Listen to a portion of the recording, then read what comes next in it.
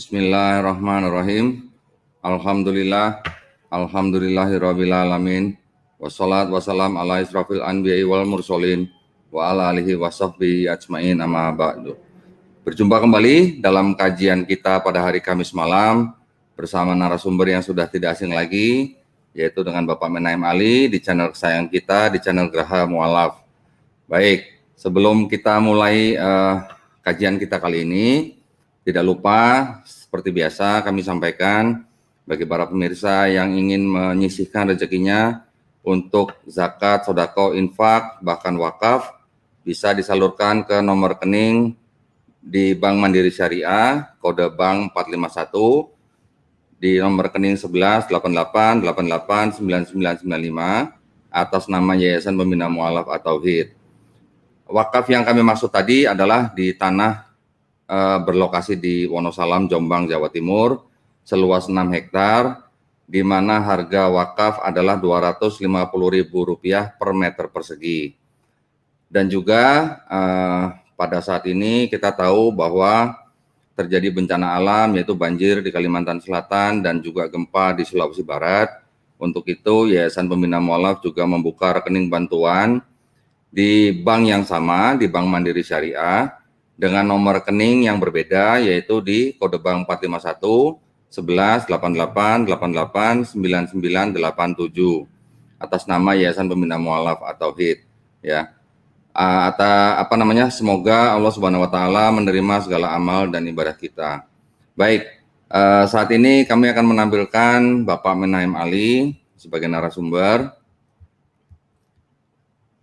Assalamualaikum warahmatullahi wabarakatuh, Pak Ali. Sehat, Pak Ali? Waalaikumsalam warahmatullahi wabarakatuh.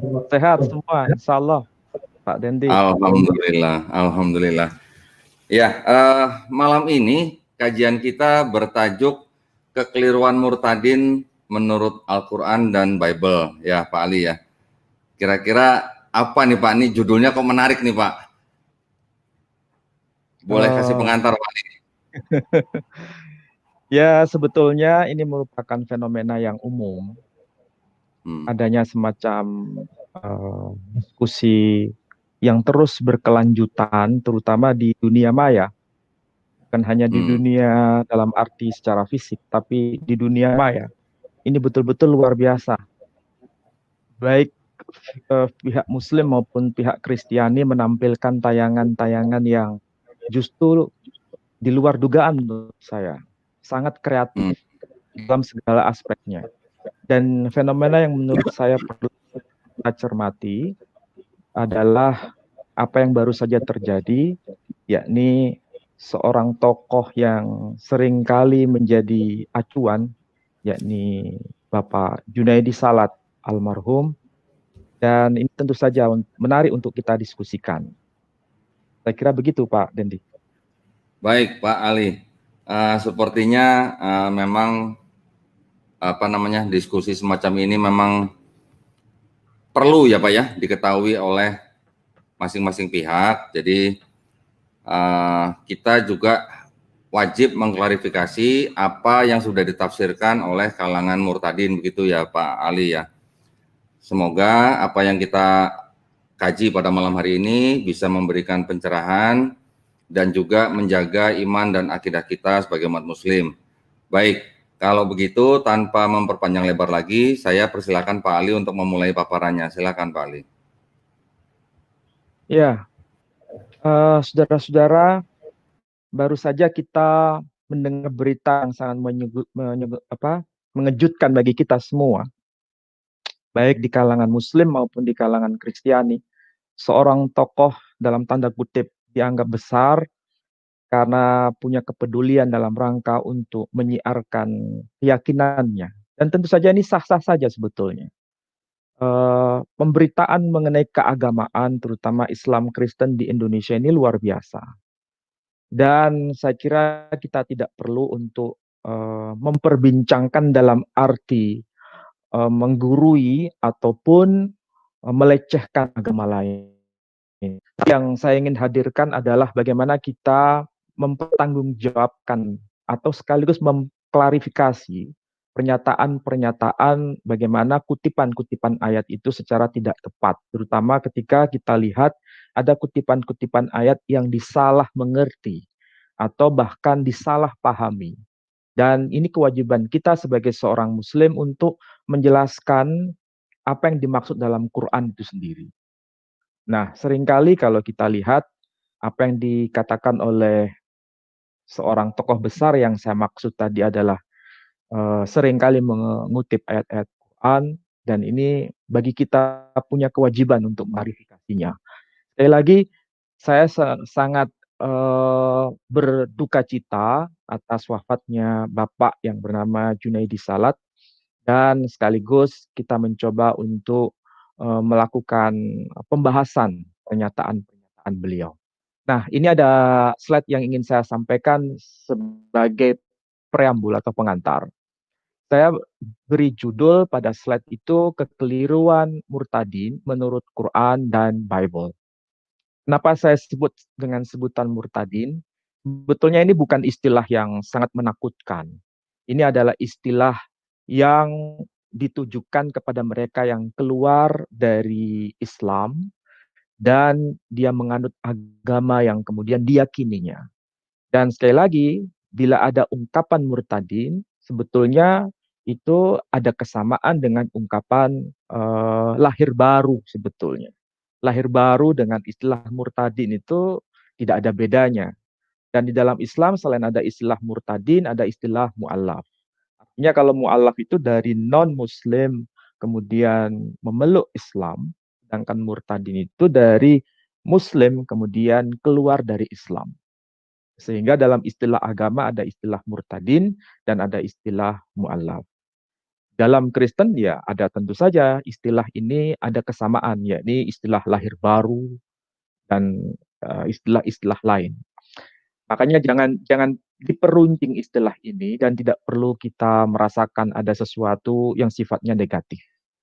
Tetapi pilihan iman itu tentu saja harus bisa dipertanggungjawabkan dan harus adil dalam mendudukkan dalil-dalilnya. Nah, dalam konteks presentasi malam ini, saya mencoba untuk membahas kekeliruan pemahaman itu berdasarkan Quran maupun Bible. Oke, slide berikutnya.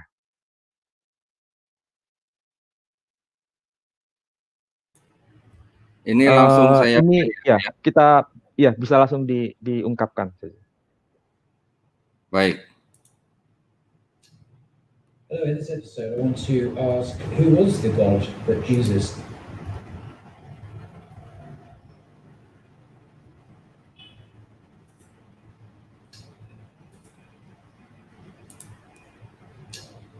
Hello, in this episode, I want to ask, who was the God that Jesus and his followers worshipped? Jesus said Allah, not Deus, Deus being the Roman Western name for the deity. We have today the Aramaic Gospels. These are known as the Peshitta, an Aramaic translation of the New Testament. And in those Gospels, they present Jesus as praying to and praising the God whom he worshipped, naming him Allah or Aloha, the Eastern and Western vocalizations of the Aramaic. Aramaic is a language so close in structure and vocabulary and sensibility to the Quranic Arabic that Arab viewers of Mel Gibson's snuff movie, The Passion of the Christ, which came out some years ago, could follow much of the dialogue. And Crusaders in every southern multiplex doubtless wondered about that. So Jesus is portrayed in the earliest Gospels, in the New Testament in Greek. In the morning, it says in Mark, while it was still very dark, Jesus got up and went out to a deserted place, and there he prayed to God. So here is a typical Jew doing what they do. Jesus surrendered to his Lord, and his words, whether or not they are authentically preserved in the Gospels, which is much debated, indicate perfect slavehood to Elohim in Hebrew, Allah in Aramaic, Allah in Syriac, Allah, the true name of the one God of Abraham. After the end of his ministry, we read in the Bible, Jesus' followers continue to worship the Jewish God in congregation at the temple, as it says in Acts chapter 3, verse 1. One day, Philip and John were going up to the temple at the hour of prayer at 3 o'clock in the afternoon. So this is after Jesus ascension into heaven. Now, the hour of prayer at 3 in the afternoon, it's not like in the Anglican church where you have like, you go along and just have some prayers. This is the hour of sacrifice as well. So the Jewish system.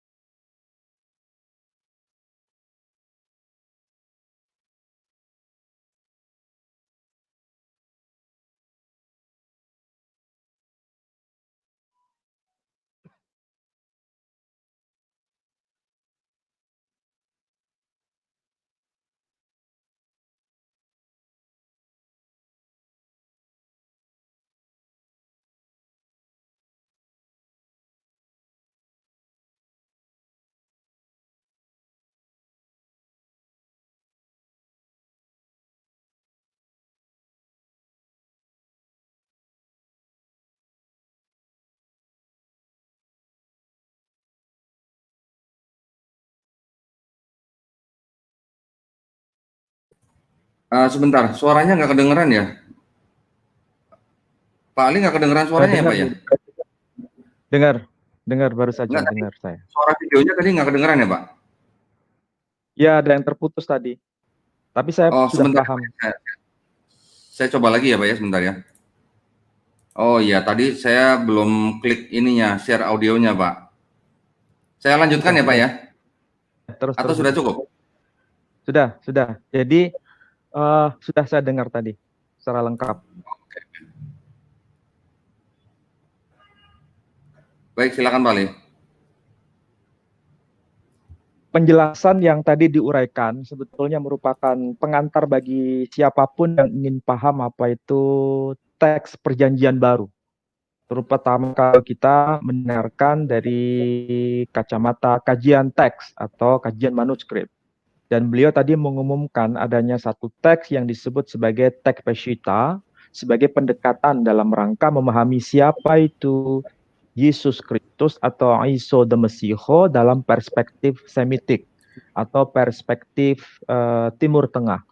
Karena kalau kita lihat dari video tersebut menyimpulkan bahwa kekristenan itu justru tampil dalam wajah baru, yakni dari tradisi Helenis. Kalau dari tradisi Helenis kita tentu paham maksudnya ketika ini dirujukkan dengan teks yang disebut sebagai teks Yunani Koine. Dan ini saya kira sudah dipahami oleh para pemirsa waktu pembahasan pada minggu yang lalu, bahwa teks Yunani Koine itu seringkali sudut pandangnya sudut pandang Helenis.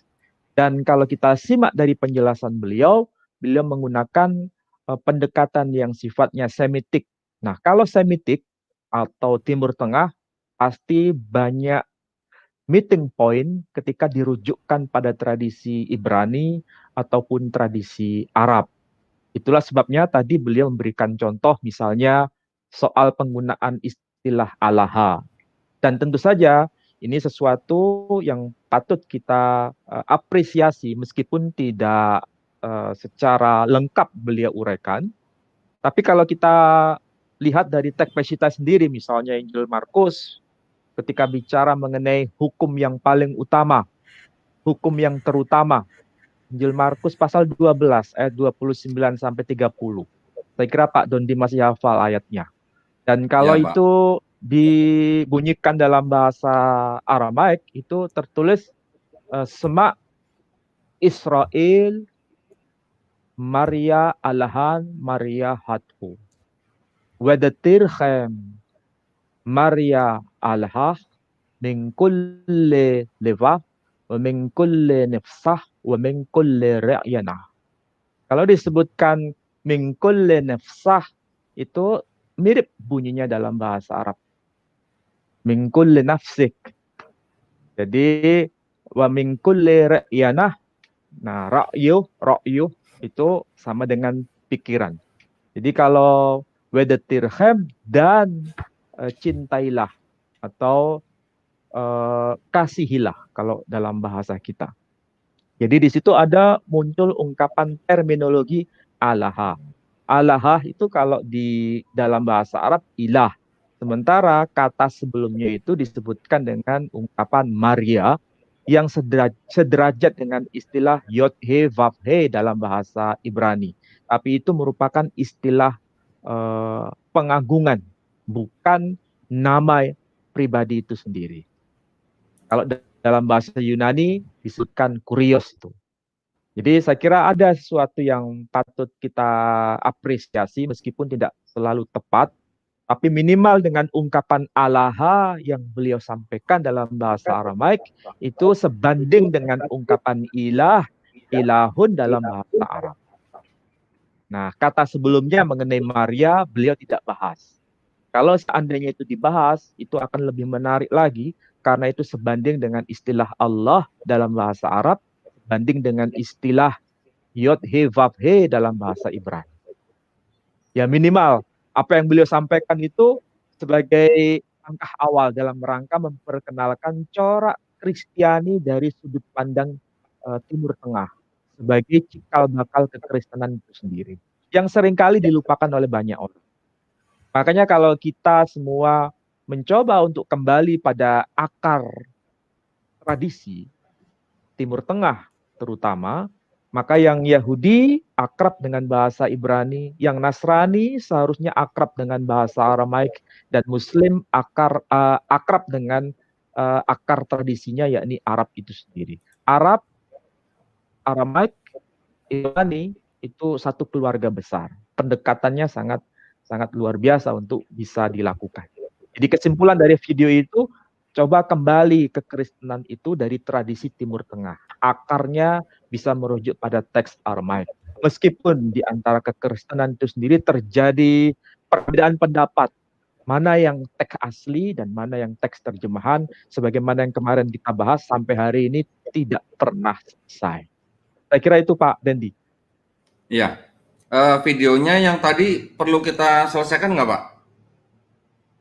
Saya kira sudah cukup sebagai pengantar lah itu. Sudah cukup sebagai baik. pengantar. Baik, soalnya di pembicaraan yang tadi itu ada poin yang cukup menarik Pak bahwa terjadi pergeseran paradigma ya Pak ya. Dari Iya, betul. Ya, dari dari Yahudi menjadi Helenistik Yunani gitu ya Pak ya, ajarannya ya, paradigmanya ya. Iya. Betul. Baik. Betul. Dan sekali lagi Pak Dendi itu harus dipahami, pergeseran itu bukan sekedar pergeseran biasa, itu pergeseran dalam arti lompatan. Ya. Kalau pergeseran mungkin hanya sedikit, tapi kalau lompatan itu berarti terjadi sesuatu perbedaan yang sangat signifikan. Karena kalau kelahiran tradisi kekristenan itu kan sebetulnya berakar dari tradisi Semit, bukan berakar dari tradisi Barat dalam arti Yunani. Waktu itu disebut dengan istilah goyim oleh orang-orang Yahudi itu sendiri. Kalau istilah Iya. goyim itu bukan istilah sederhana, itu sesuatu yang berbeda dalam arti 180 derajat dalam hal pemahaman mengenai keilahian itu. Makanya berbeda. Kalau tradisi Yahudi waktu itu sangat tidak dibenarkan adanya bentuk patung dalam arti secara fisik ya. Tapi tradisi Yunani itu sangat begitu kental dengan tradisi patung itu sendiri. Ini dari sisi yang paling level dasar. Berarti memang betul-betul berbeda cara pemahamannya antara Helenis dengan tradisi Semit. Apalagi kalau Ya. dirujukkan pada tradisi Yahudi. Ya, sebelum kita melangkah lebih lanjut, Pak Ali, dari video tersebut mungkin ada pesan yang mau disampaikan, Pak, dari Al-Quran, Pak. Saya share sebentar, Pak, ya. Iya, ya. Ya, yang ini, Pak. Ini adalah pesan yang disampaikan di akhir video tersebut sebenarnya, Pak, mungkin.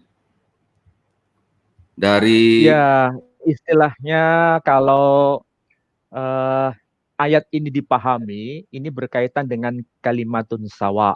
Kalimatun sawa artinya kalau bahasa kita itu common platform atau Ya. common ground yang bisa kita jadikan acuan dalam rangka untuk mengembalikan pada real yang semula. Apalagi ini kan berkaitan dengan akidah, iman, percaya kepada Tuhan yang benar. Menurut konsep Semit itu seperti apa?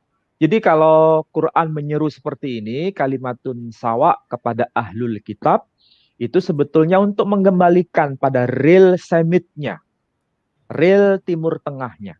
Jangan dikembalikan pada real di luar Timur Tengah. Kalau dikembalikan pada real Timur Tengah, akan menemukan jejak yang bisa dikatakan sebagai common ground itu. Karena disitulah sebagaimana yang tadi saya kutip dari Markus 12 ayat 29-30 disebut sebagai ayat emas merujuk pada misi utama yang diajarkan oleh Kristus ketika dia hadir di muka bumi, yakni berbicara mengenai dua hal. Pertama hubungan vertikal, yang kedua hubungan horizontal. Dan itu sifatnya seimbang. Dan kalau kalimatun sawa itu dipahami sebagaimana penjelasan beliau tadi dalam video, kita akan menemukan benang merah bahwa antara Islam, Yahudi, Kristen itu berakar pada kalimatun sawanya itu statementnya adalah percaya adanya satu Tuhan yang tidak bisa dipahami dalam konteks tradisi pagan. Lebih khusus tidak bisa dipahami dalam konteks tradisi Helenis. Karena Helenis itu sangat begitu akrab dengan tradisi pagan itu sendiri. Makanya dikembalikan pada real Semitnya. Islam otomatis realnya itu mengacu pada tradisi Semit. Yahudi juga begitu, mengacu pada tradisi Semit. Sementara kekristenan itu terbelah dua. Mayoritas mengacu pada tradisi Helenis, minoritas mengacu pada tradisi Semit. Dan tentu saja ini dipanggil dalam arti kalimatun sawa itu sendiri. Saya kira itu Pak Dondi. Baik, terima kasih banyak Pak Ali. Ini sebenarnya sangat menarik, Pak, ya. Kita setelah ini mungkin akan mendengarkan paparan lebih jauh dari Pak Ali mengenai yang di dalam tajuk kita kali ini. Mungkin sebelum ke poin utamanya begitu, Pak, mungkin Pak Ali ada yang mau disampaikan berkenaan dengan apa tadi, ada beberapa hadis yang Pak Ali mau sampaikan begitu, Pak. Silakan, Pak. Ya, kita mulai dari pernyataan beliau tadi. Itu kan menyebut Allahku dan Allahmu. Kalau versi bahasa Indonesianya ya. Sementara Ya. beliau mengutip dari tradisi Aram bahwa Tuhannya Yesus itu sebetulnya secara statement itu cara pengungkapannya sama seperti Quran. Kalau di Ya. dalam Quran itu ada ucapan Yesus juga sebagaimana yang termaktub di dalam surah Zukhruf. Ini ucapan Yesus tapi sudah diterjemahkan dalam bahasa Arab oleh Allah Tabaraka wa Ta'ala supaya kita paham. Diterjemahkan begini. Innallaha huwa rabbi. Ini ucapan Yesus ya. Sesungguhnya Allah itu adalah huwa rabbi. Dia adalah Tuhanku, wa rabbukum, dan Tuhan kalian semua. Ungkapan seperti ini ada juga dalam perjanjian baru sebetulnya. Dan ungkapannya tidak jauh beda. Redaksinya aja yang tentu saja harus dipahami dalam konteks bahasa Semit. Jadi kalau Quran hanya mengatakan innallaha huwa rabbi wa rabbukum fa'buduh hadza siratum mustaqim. Sesungguhnya Allah Tuhan, Dia adalah Tuhanku dan Tuhan kalian. Fa'buduh, maka sembahlah Dia oleh kalian semua. Hadza siratum mustaqim, inilah jalan yang lurus. Inilah yang dimaksud sebagai kalimatun sawa atau common platform sebagaimana yang dikatakan oleh beliau tadi, oleh yang pakar di bidang penyampaian tradisi Aram tadi, Pak. Itu namanya Brother Paul, Pak. Kenapa? Itu namanya Brother Paul, Pak. Iya, betul. Namanya Paul. Dia dulu aktif juga di Speaker's Corner Inggris, Pak, dia, Pak. Ya, Baik, silakan, Pak. Ini slide berikutnya, Pak. Nah, ini sebetulnya pembahasan hadis ya, pembahasan hadis sebagaimana yang termaktub dalam kitab hadis yang paling tua yang disusun dalam tradisi Islam. Kitab hadis ini kitab hadis yang tertua dalam tradisi Islam, yakni kitab Al-Musannaf Ibn Abi Syaibah. Dan dalam teks hadis yang beliau sampaikan, ini ada sesuatu yang mirip sebagaimana yang termaktub di dalam Injil sebetulnya, Pak. Pak Dodi kira-kira bisa menunjukkan kepada kita semua ayat yang ada kemiripan dengan ini. Kalau bahasa Indonesianya itu, beliau berkata, aku ada sebelum Abraham ada. Itu kalau bahasa Indonesianya. Yohanes 8:58 ya, Pak. Nah, ayat seperti itu ada di dalam kitab hadis ini. Dalam kitab hadis ini. Jadi, kalau di dalam Injil Yohanes dikatakan, aku ada sebelum Abraham ada. Kalau dalam versi bahasa Arabnya dikatakan ana kain qabla ayyakuna Adam. Ana kain qabla ayyakuna Ibrahim. Jadi aku ada sebelum Ibrahim ada atau sebelum Abraham ada. Jadi kalau Yohanes pasal 8 ayat 58 kalau bahasa Indonesianya qala yasu lakum, telah berkata Yesus kepada mereka, aku berkata kepada kalian semua, sesungguhnya sebelum Abraham jadi, aku telah ada. Jadi beliau berkata seperti itu. Memang ini ada dua tafsiran ya, karena dalam teologi kekristenan itu kan sekarang terbelah dua. Ada yang Unitarian, ada yang Trinitarian. Kalau yang Trinitarian memahami ayat ini, Yesus itu lebih dulu ada sebelum Abraham ada. Adanya Yesus itu sejajar dengan adanya Hashem sendiri. Sejajar dengan adanya Bapa itu sendiri. Artinya dia tidak dicipta, dia ada bersama dengan Sang Bapa, dan baru kemudian muncul Abraham. Jadi keberadaan Abraham itu terkemudian, sedangkan Yesus itu lebih awal. Lain lagi dengan versi Unitarian. Kalau Unitarian memang dipahami bahwa Yesus itu lebih dulu ada dibanding Abraham. Ya, pemahaman seperti itu.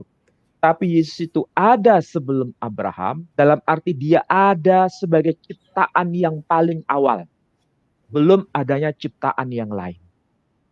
Ini pemahaman kaum Unitarian. Jadi pemahaman kekristenan yang ada dua kelompok ini tidak bisa dipertemukan. Tapi mereka sama-sama memahami keunggulan Kristus dibanding Abraham. Jadi Abraham itu lebih terkemudian, sementara siapa Kristus itu sendiri, dia lebih dulu ada. Tapi dulunya sebagai ciptaan atau dulunya sebagai pencipta, ini yang diperselisihkan. Nah, hadis yang termaktub di dalam Musannaf Ibn Abi Saibah itu sangat menarik. Karena di situ ada ungkapan pertanyaan dari seorang sahabat Nabi. Sahabat Nabi itu bertanya kepada Nabi. Pertanyaannya adalah, mata kunta nabiyya. Hadis itu dikatakan, mata kunta nabiyya. Kalau arti harfiahnya, kapan engkau ada? Ini pertanyaan. Kapan engkau ada sebagai nabi? Jadi ini ada dua hal. Keberadaan dia dan yang kedua mengenai posisinya sebagai nabi. Jadi mata kunta nabiyya. Kapan engkau ada? Dan ini maksudnya berkaitan dengan juga sebagai nabi. Jawaban Nabi kira-kira menyentak kita kalau jawaban di situ kita lihat. Karena kalau kita pahami konteks hadis itu, ini hadis tidak muncul pada era Makkiyah, tapi era Madaniyah. Karena risalah kenabian itu ada dua periode. Periode Mekah dan periode Madinah. Periode Mekah itu beliau berdakwah selama 13 tahun. Periode Madinah itu beliau berdakwah selama 10 tahun. Nah, kalau kita hitung secara matematis, kapan beliau dilantik sebagai nabi? Kitab-kitab tarikh Islam menyebutkan beliau diangkat sebagai nabi itu usia 40 tahun. Jadi beliau usia 40 tahun baru dilantik sebagai seorang nabi. Nah, ketika beliau mendakwahkan Islam di Mekah selama 13 tahun, berarti usia beliau ketika di Mekah sebelum hijrah itu usianya kira-kira berapa, Pak Dendi? Di mana, Pak? 53 tahun. Iya. Jadi hijrah, usia Pak. beliau 40 tahun, kemudian berdakwah di Mekah 13 tahun, berarti usia beliau sebelum hijrah itu usianya 53 tahun. Ini hampir mirip seperti pernyataan di dalam Injil ketika ada ungkapan orang Yahudi kepada Yesus, usiamu belum 50 tahun. Ini ada sesuatu yang sejajar sebetulnya. Jadi kalau di dalam tarikh itu membuktikan Nabi Muhammad SAW itu berdakwah di Mekah 53 tahun. Nah, ketika di Madinah, jadi kalau tadi di Mekah, sekarang di Madinah, baru muncul hadis ini. Sahabat Nabi di Madinah waktu itu bertanya kepada Nabi, mata kunta nabiyya, kapan engkau ada sebagai nabi? Kapan engkau ada sebagai nabi? Kira-kira kalau kita ditanya begitu atau Nabi ditanya begitu, jawaban Nabi bisa jadi beliau menjawab, aku telah menjadi nabi 13 tahun yang lalu. Atau aku telah menjadi nabi kira-kira usia 40 tahun yang lalu. Pasti jawabannya begitu. Tapi Nabi tidak menjawab begitu ternyata. Nabi jawabannya apa? Kuntu nabiyya, aku telah menjadi nabi sebelum Adam ada. Jadi sebelum Adam ada, aku sudah menjadi nabi. Ini penjabaran dari Rasul sendiri, Rasul Muhammad SAW, bahwa dia ada sebelum Adam diciptakan. Dia ada sebelum Adam diciptakan. Kalau versi Injil itu mengatakan, aku ada sebelum Abraham ada. Itu ucapan Yesus. Tapi kalau ucapan Nabi Muhammad SAW dalam hadis ini, aku telah ada sebagai nabi sebelum Adam diciptakan. Sebelum Adam bertemuan antara ruh dan jasad. Jadi sebelum terjadinya pertemuan ruh dan jasadnya Adam, Rasul Muhammad Shallallahu Alaihi Wasallam itu sudah ada dan juga sudah sebagai nabi. Kira-kira jawaban begini itu menyentak kita atau tidak, Pak Dendi? Iya, pasti Aneh kan? pasti membingungkan, Pak. Jadi yang dimaksud sudah adanya ini ada dalam bentuk apa gitu, Pak ya?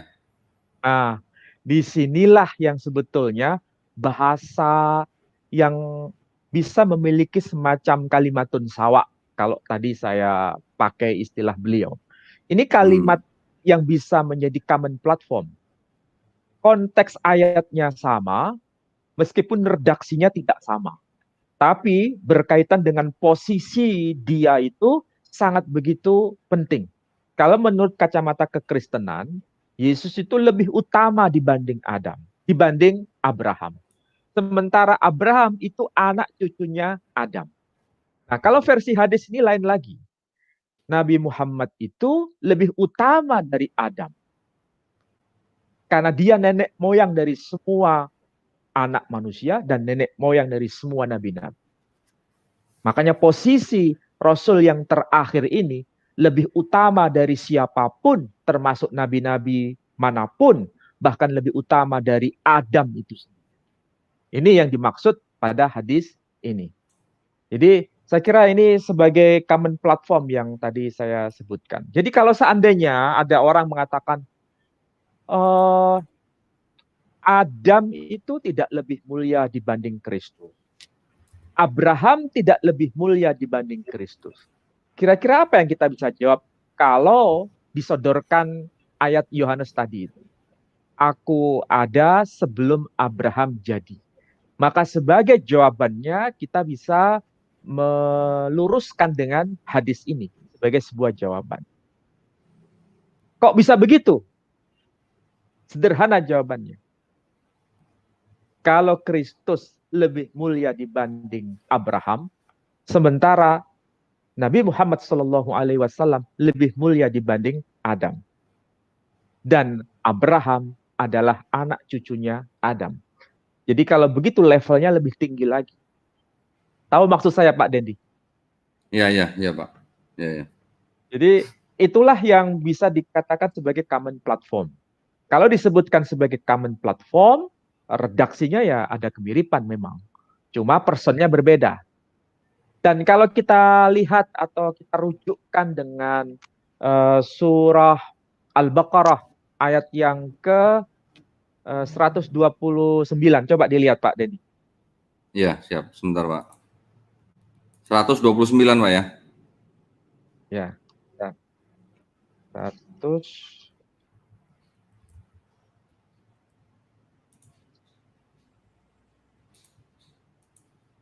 Nah, sudah ketemu Pak Dedi? Sudah, Pak. Nah, itu kalau diterjemahkan dalam bahasa Indonesia begini. Rabbana, wahai Tuhan kami. Wa ba'ath fihim. Utuslah di kalangan mereka. Rasulan, seorang rasul. Minhum, dari antara mereka.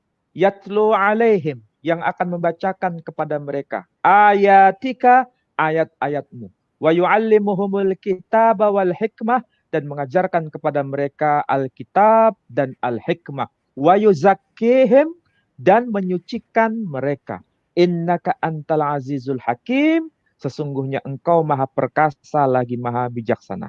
Ayat ini merekam ucapan dari seseorang yang disebutkan pada ayat sebelumnya. Ucapan siapa? Ucapan Abraham atau Ibrahim. Ibrahim berkata seperti itu.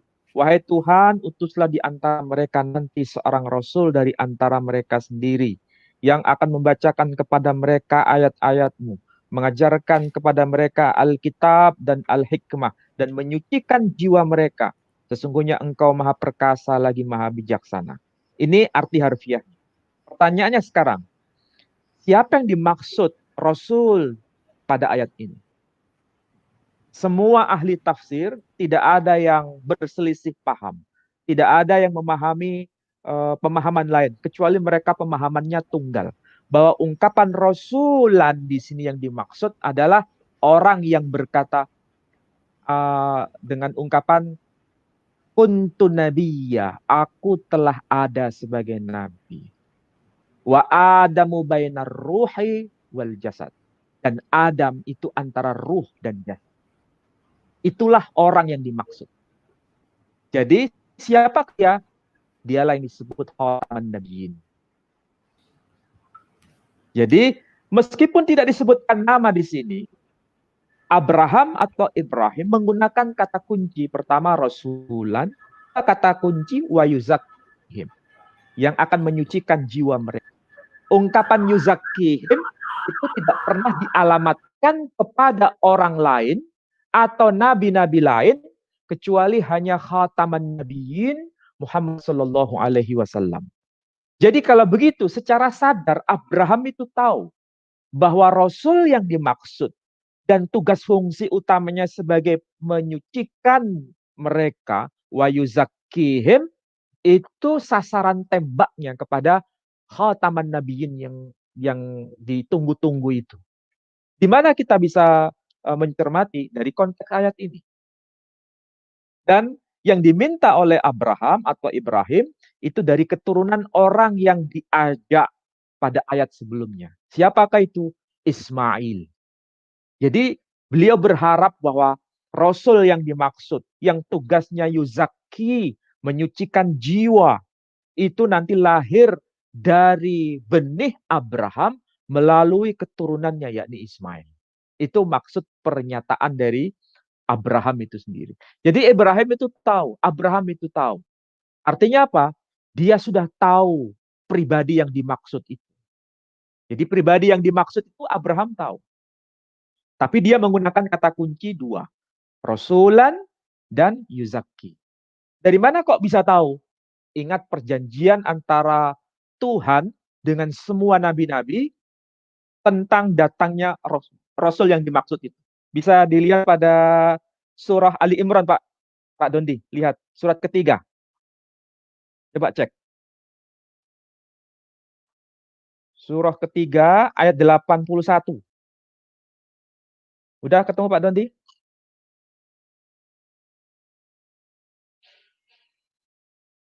Surah ketiga, Ali Imran, ayat 81.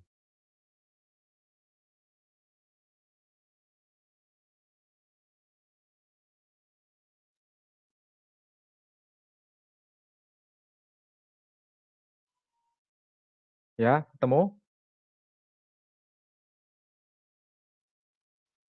Jadi ini berkaitan dengan Tuhan membuat perjanjian dengan seluruh nabi-nabi, bukan sebagian nabi-nabi. Seluruhnya. Kalau bahasa kita itu kulliyah, seluruhnya. Semua nabi-nabi diajak berbicara. Diajak dalam konteks perjanjian itu. Ayatnya jelas dikatakan wa idza akhadallahu mitsaqan nabiyyin. Dan ingatlah tatkala Tuhan Allah membuat perjanjian yang agung. Mitsak itu perjanjian yang agung. Bersama dengan siapa? An-nabiyyin. Seluruh nabi-nabi ini. Ada al-ma'rifah. Kalau bahasa Inggrisnya itu the. An-nabiyyin. Berarti semua nabi-nabi yang sudah diketahui. Nabi-nabi di sini yang diketahui otomatis diketahui oleh siapa? Diketahui oleh semua ahli kitab. Jadi ahlul kitab paham siapa nabi-nabi yang dimaksud. Salah satunya berkaitan dengan Abraham, dengan Ishak, dengan Ismail, ataupun dengan Yesus sendiri termasuk bagian dari ini. Wa id akhadallahu mitsaqan nabiyyin. Ingatlah tatkala Tuhan mengambil perjanjian bersama seluruh nabi-nabi. Perjanjian apa sekarang? Kalau semua nabi-nabi diajak dalam perjanjian itu, pertanyaannya sekarang, perjanjian apa sampai melibatkan seluruh nabi-nabi? Ternyata di situ disebutkan, "Tsumma ja'akum rasulun musaddiqul lima ma'akum la tu'minunna bihi wa la tansurunnah." Kemudian bila nanti datang seorang rasul, nah dengan ungkapan rasul di situ, yang membenarkan apa yang ada di tangan kalian, maka wajib bagi kalian semua untuk beriman kepadanya dan menolongnya. Jadi wasiat dari Tuhan sendiri agar mereka beriman kepada sang Rasul yang dimaksud. Ini yang kemudian menjadi harapan dari Abraham. Jadi sekali lagi, Abraham tahu itu berdasarkan perjanjian di awal zaman sebelum mereka hadir di muka bumi. Makanya beliau berkata, Rabbana wa ba'ath fihim rasulam minhum yatlu alaihim ayatika wa yu'allimuhumul kitaba wal hikmah wa yuzakkihim. Nah, itu pernyataan redaksi dari Abraham. Kalau begitu, Abraham tahu tidak bahwa ada yang akan datang dan dia memiliki posisi luar biasa. Dan itu diimani oleh seluruh nabi-nabi. Jawabannya iya. Berarti dia sudah ada. Dia telah ada. Makanya ketika seorang nabi yang ummi ditanya oleh sahabatnya, mata kunta nabiyya, kapan engkau menjadi nabi? Kapan engkau telah ada? Kapan engkau telah menjadi nabi? Maka Rasul menjawab, aku menjadi nabi 13 tahun yang lalu. Tidak, dia tidak berkata begitu. Aku telah menjadi nabi ketika usiaku 40. Tidak, dia tidak berkata begitu. Dia berkata, kuntu nabiyya wa adamu bainar ruhi wal jasad. Aku telah ada sebagai nabi, aku telah ada dan juga sebagai nabi sebelum pertemuan antara ruh dan jasad penciptaan Adam. Jadi sebelum Adam ada, dia sudah ada. Jadi kalau begitu, wajar bila seluruh nabi-nabi beriman atas kerasulannya ketika dia belum datang. Nabi-nabi semua sudah beriman. Makanya di dalam surah As-Saffat, surah 61 ayat yang ke-6, Nabi Isa sendiri juga berkata bahwa akan datang Rasul setelah dia. Ba'dismuhu Ahmad. Karena dia sudah beriman. Jadi ketika dia lahir di muka bumi, berdakwah kepada umatnya Bani Israel, dia mewasiatkan kepada umatnya, dan karena dia sudah beriman atas kerasulannya. Dan dia sudah tahu, dia sudah ada sebelum Isa Al-Masih itu ada. Nah, saya kira itu Pak Dendi yang bisa kita sejajarkan. Apa yang ada dalam Bible ataupun ada yang dalam Quran. Ya. Boleh saya tambahin dikit nggak Pak yang di Bible, Pak? Ya, boleh. Ya, yang di Bible sendiri dari Perjanjian Lama, kalau kita lihat di dalam kitab Yeremia 1 ayat 5 juga disebutkan kurang lebihnya sama, Pak. Dikatakan begini, Pak. Sebelum aku membentuk engkau dalam rahim ibumu, aku telah mengenal engkau, dan sebelum engkau keluar dari kandungan, aku telah menguduskan engkau. Aku telah menetapkan engkau menjadi nabi bagi bangsa-bangsa. Kurang lebih sama ya, Pak ya? Ya. Nah, itu dari Yeremia, Pak. Kemudian di kitab Amsal, pasal 8 ayat 22-25 juga kurang lebihnya sama. Disebutkan bahwa Tuhan telah menciptakan aku sebagai permulaan pekerjaannya, sebagai perbuatannya yang pertama-tama dahulu kala. Sudah pada zaman purbakala aku dibentuk pada mula pertama, sebelum bumi ada. Sebelum air samudera raya ada, aku telah lahir. Sebelum ada sumber-sumber yang syarat dengan air. Sebelum gunung-gunung tertanam dan lebih dahulu dari bukit-bukit, aku telah lahir. Nah, ini kan adalah dianggap perkataan Nabi Sulaiman begitu ya, Pak ya? Iya. Kemudian Tapi ya, Pak? ayat itu biasanya dipakai sebagai Pak Doni dengar ya? Iya, Pak. Ya.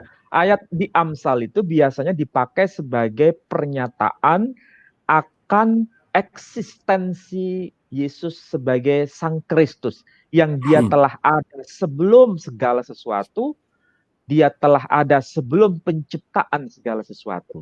Baik itu dalam konteks pemahaman Trinitas maupun dalam konteks pemahaman Unitarian.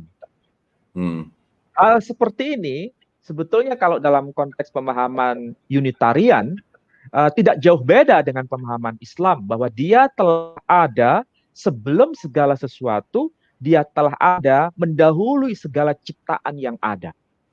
Makanya Nabi berkata, kuntu nabiyya wa adamu bainar ruhi wal jasad, itu sejajar dengan ungkapan dalam Amsal Meskipun redaksinya berbeda ya, tapi substansinya sama. Sejajar dengan apa yang termaktub dalam Matius.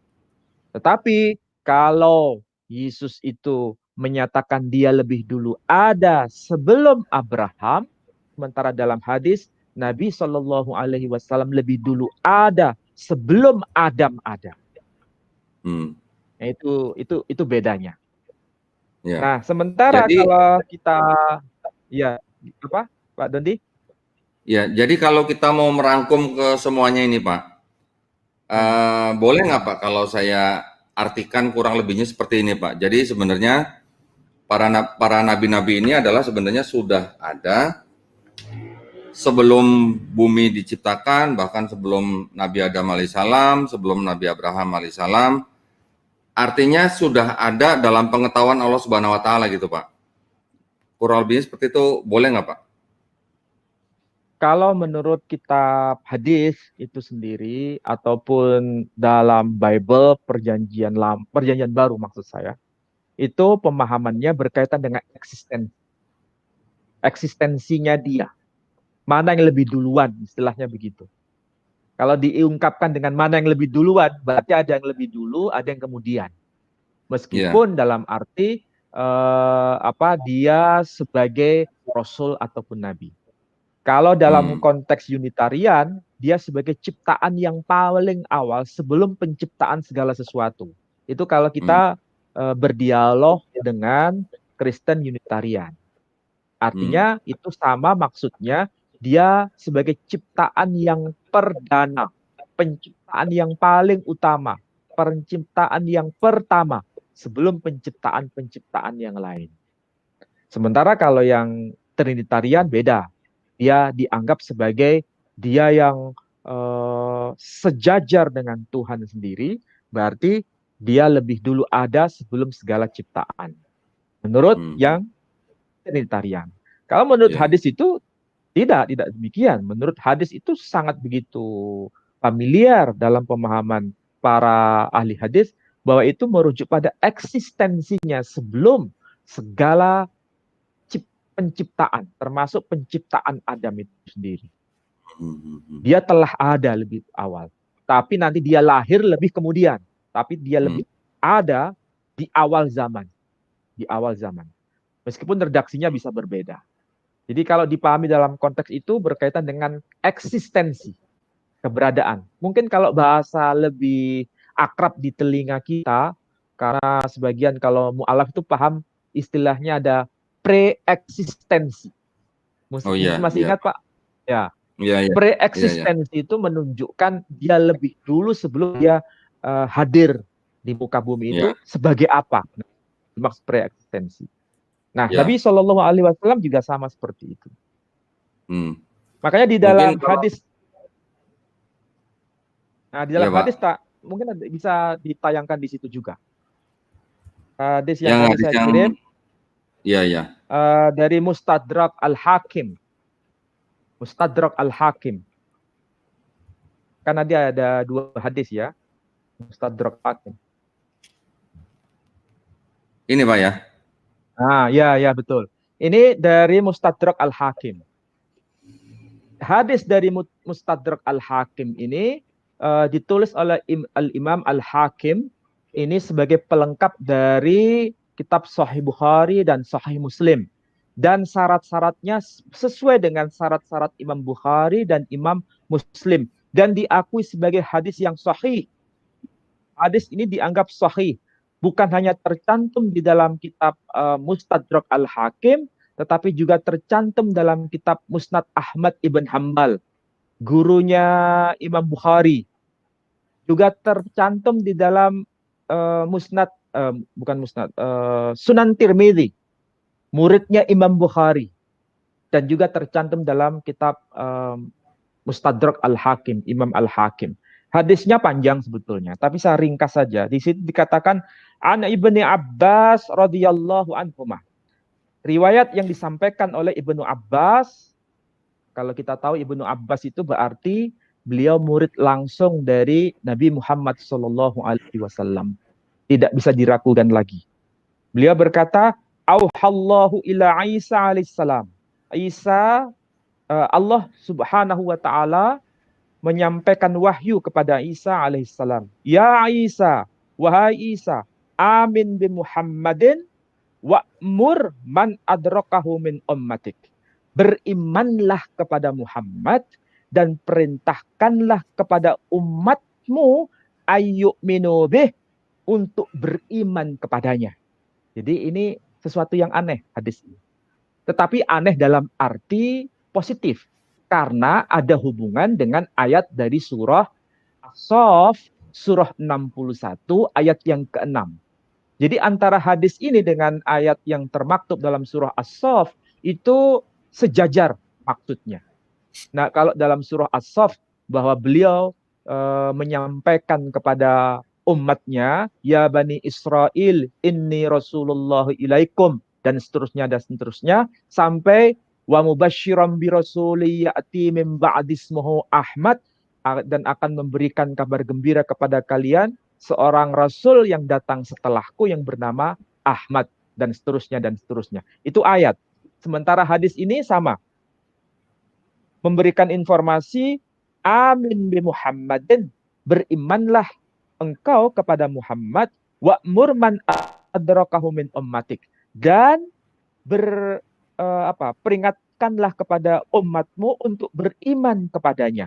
Jadi memerintahkan kepada Isa agar beliau memperingatkan kepada Bani Israel untuk juga beriman atas Muhammad tadi.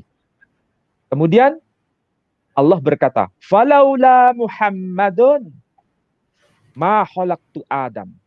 Bila Muhammad tidak kucipta, maka Adam tidak akan aku cipta. Hadis ini sejajar dengan hadis tadi. Mata kunta nabiyya. Kapan engkau menjadi nabi? Maka Rasul menjawab, kuntu nabiyya wa Adamu bainar ruhi wal jasad. Aku telah ada, aku telah eksis, dan aku menjadi nabi tatkala Adam belum berbentuk. Artinya ruh dan jasadnya belum dipertemukan. Dan di sini Allah berkata, falaula Muhammad ma khalaqtu Adam. Jika bukan karena Muhammad, aku tidak akan menciptakan Adam. Walaula Muhammad ma khalaqtul jannah wan nara. Jika bukan karena Muhammad, aku tidak akan menciptakan surga ataupun neraka. Walaqad khalaqtul arsya 'alal ma', dan aku telah menciptakan arsy di atas air. Dan seterusnya. Jadi hadis ini tidak diragukan sebagai hadis yang hadis yang sahih. Hadis ini betul-betul sahih, diriwayatkan oleh banyak riwayat, dan tidak ada satupun yang menyatakan hadis ini sebagai hadis yang dhaif. Artinya apa? Kualitas hadis ini, pertama, tidak bertentangan dengan ayat Quran. Yang kedua, tidak bertentangan dengan hadis-hadis yang lain. Jadi ini ada penguatan dua. Dan apa yang dikatakan dalam hadis ini sebetulnya lebih menegaskan apa yang dikatakan dalam Quran, sebagaimana yang termaktub di dalam surah yang disebut surah As-Saff, surah 61 ayat yang. Jadi sekali lagi di sini kelihatan, wal falaula Muhammad ma khalaqtu Adam. Jika bukan karena Muhammad, aku tidak akan menciptakan Adam. Walaula Muhammad ma khalaqtul jannata walan nara. Jika bukan karena Muhammad, aku tidak akan menciptakan surga ataupun neraka.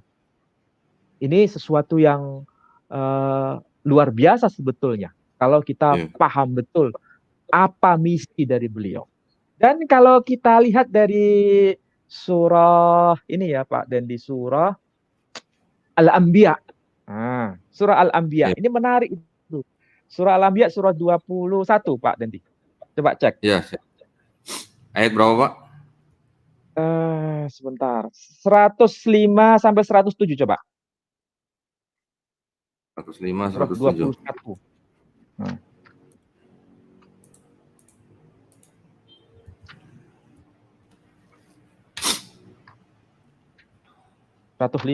Udah ketemu? Sudah Pak. Coba.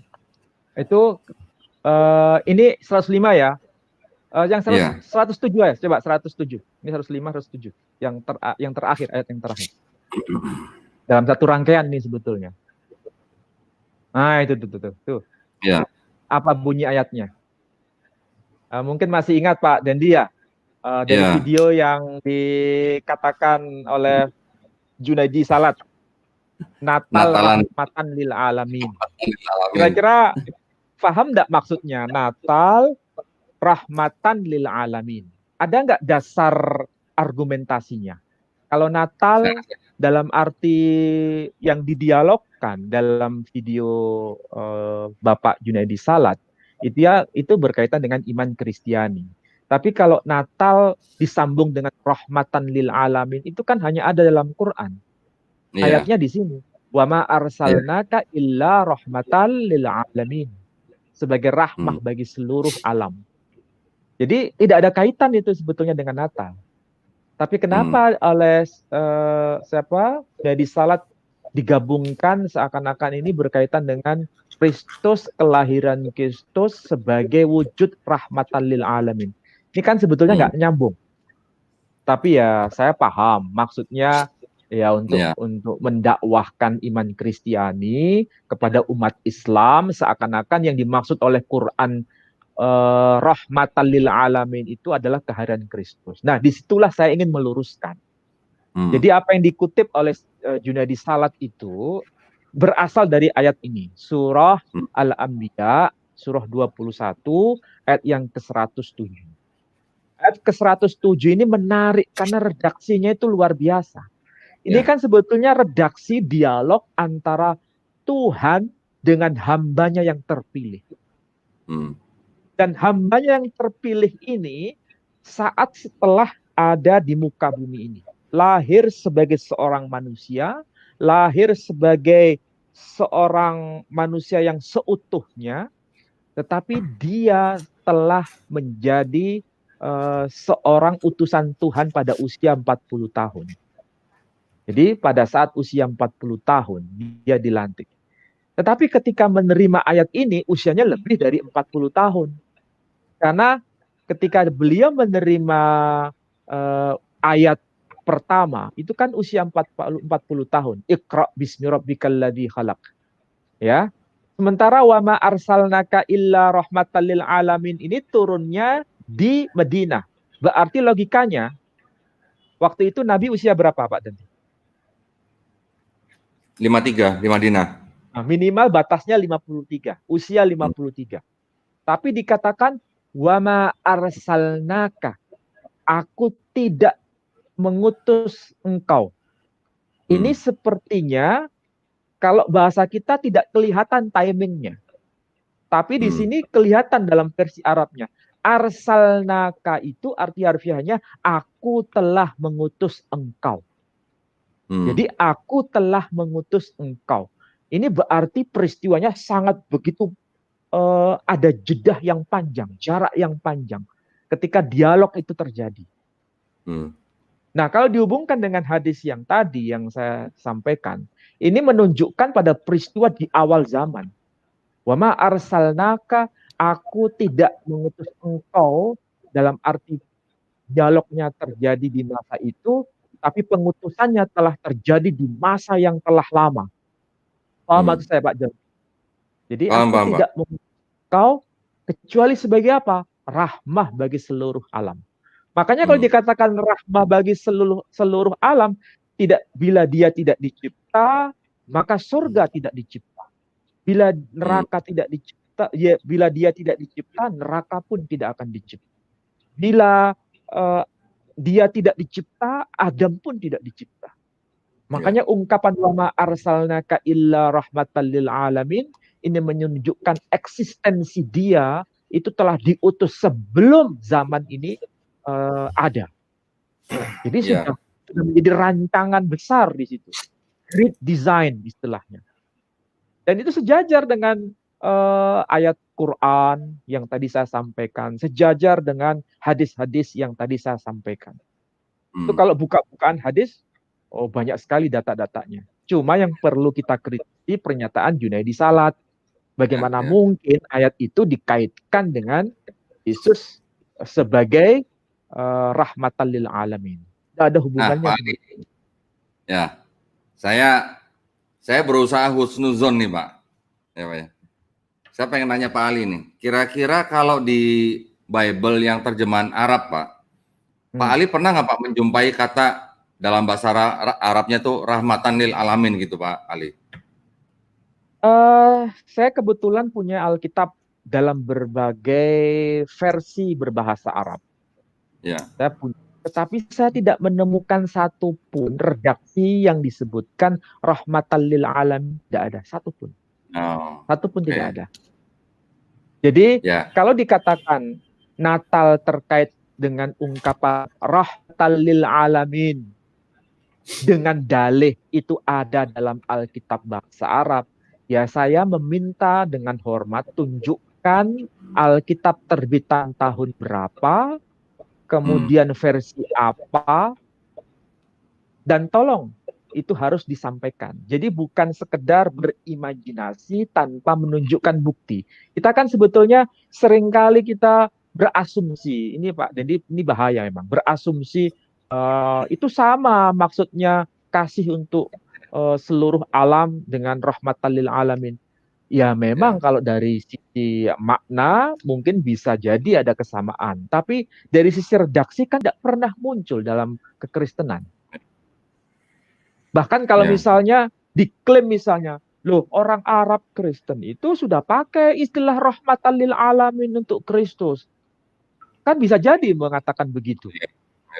Bisa jadi. Ada nggak Bagaimana dokumennya gitu? kasus masjid kemarin. Iya. Ka'bah Pak, Ka'bah. Ka'bah juga begitu. Tapi kan tidak ada bukti. Bukti manuskripnya apa? Ditulis tahun berapa? Ditemukan di mana? Yang menulis mengenai istilah rahmatan lil alamin yang merujuk kepada Kristus. Tidak ada satupun. Jadi sekali lagi kita meminta bukti. Dengan hormat kita meminta bukti. Kalau bukti itu ada, ya kita tidak bisa mengatakan itu hanya eksklusif Islam. Tetapi faktanya kalau memang tidak ada, memang ini adalah istilah khas Islam. Sebagaimana yang kemarin juga pernah kita bahas, wa an la ilaha illallahul ahad. Ungkapan seperti itu khas Islami. Dalam kekristenan tidak ada. Alkitabnya menulis seperti itu. Kalaupun ada, itu fakta setelah abad ke-21 terbitan dari Lebanon itu. Setelah Islam muncul, itu baru ada. Ya. Nah, dalam konteks ini juga sama. Ketika diklaim Natal rahmatan lil alamin, kalau mereka berdalih Natal itu kan bahasa Latin. Kalau bahasa Arabnya kan Maulid. Nah, nanti diklaim lagi bahwa istilah Maulid itu orang Kristen sudah pakai sebelum Islam. Padahal tidak ada buktinya juga.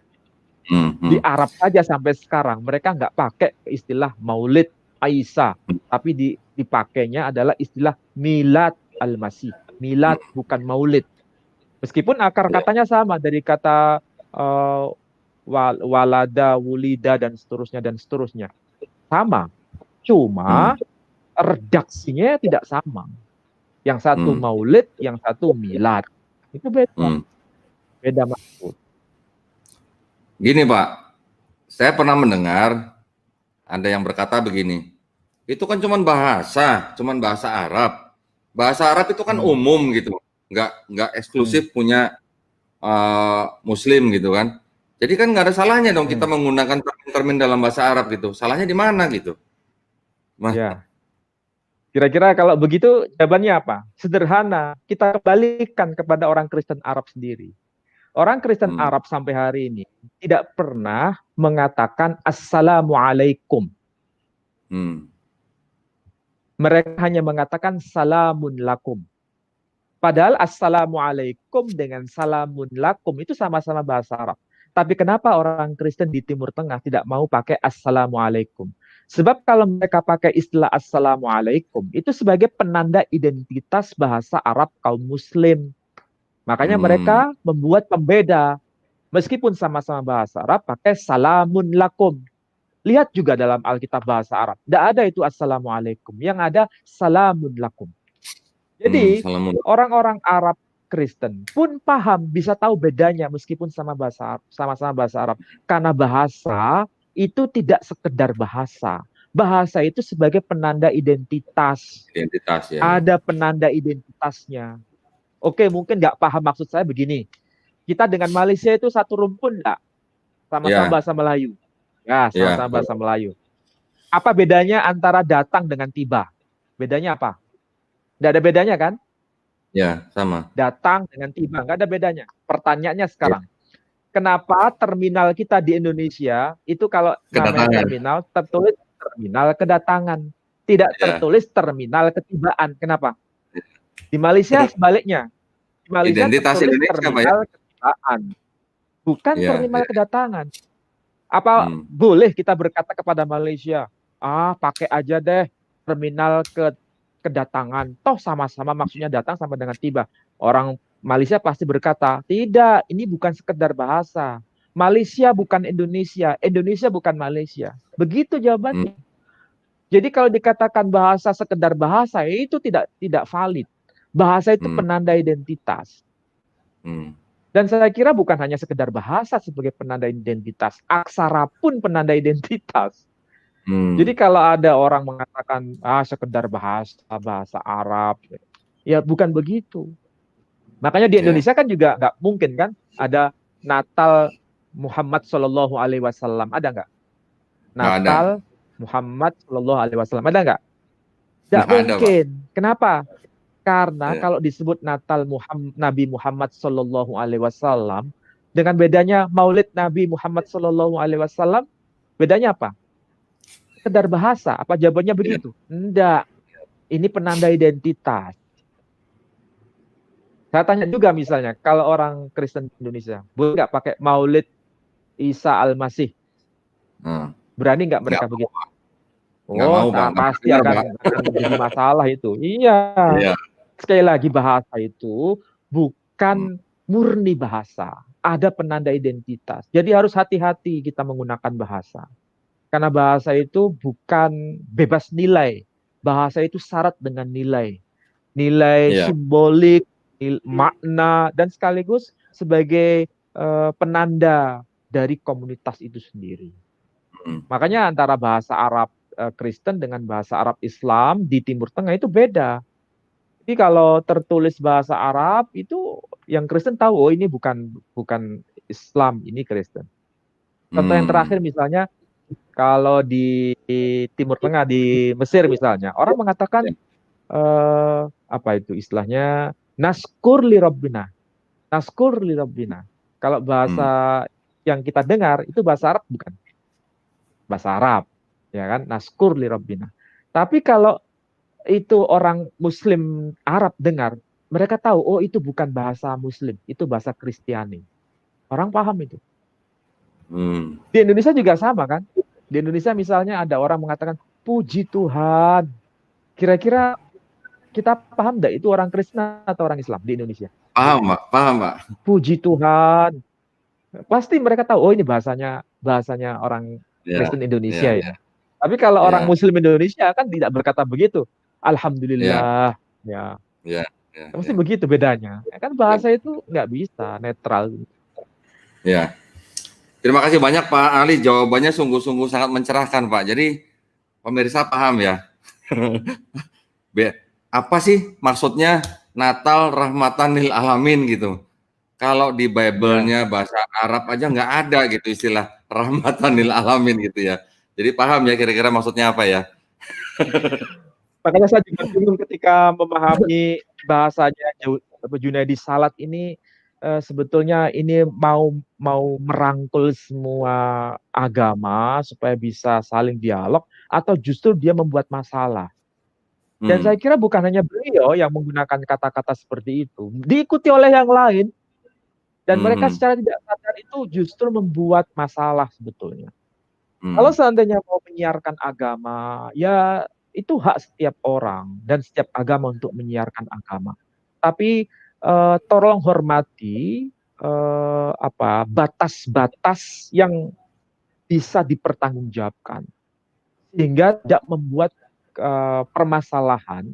Dan tentu saja hmm, ini menjadi PR kita bersama karena kita harus tahu bahwa ada orang-orang yang kurang begitu arif dalam menyiarkan agama.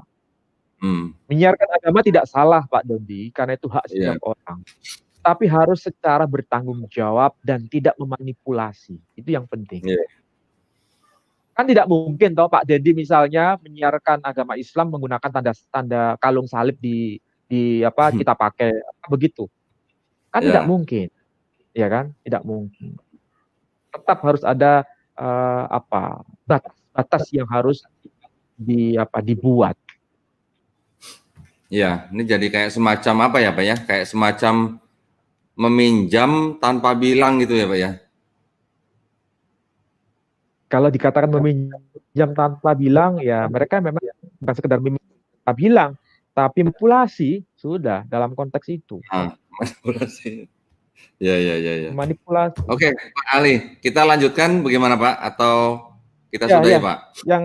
Yang apa dari videonya Junaidi Salat ada nggak yang lain yang perlu ditambahkan?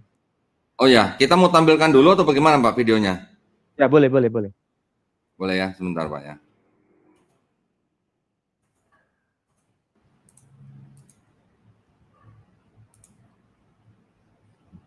Shalom, salam damai sejahtera di dalam kasih Tuhan Yesus, Sang Bayi Natal yang saat ini kita rayakan bersama-sama.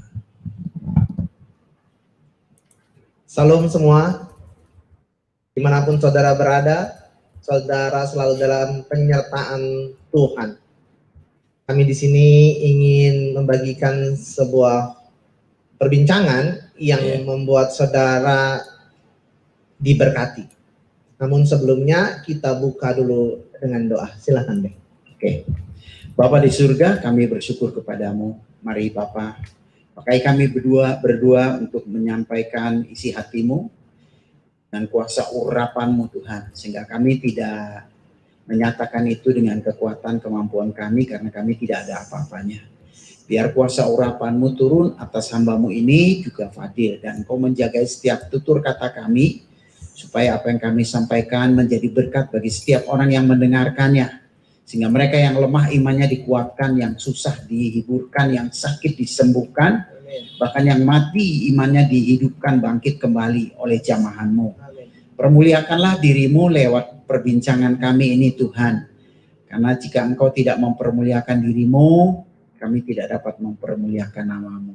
Karena segala yang baik daripada mula datangnya.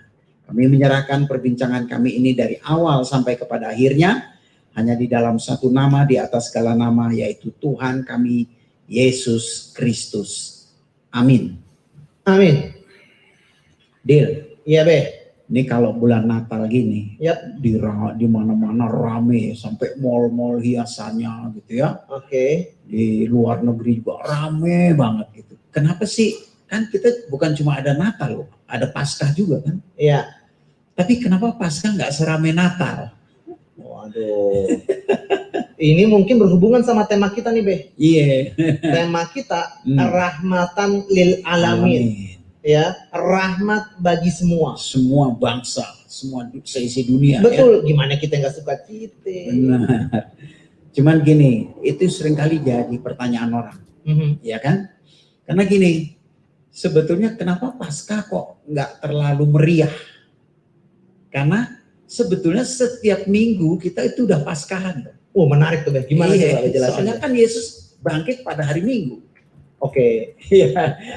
Hari kebangkitan itu hari kemenangan sebenarnya. Yes. Jadi setiap minggu kita ibadah itu sebenarnya kita merayakan kemenangan.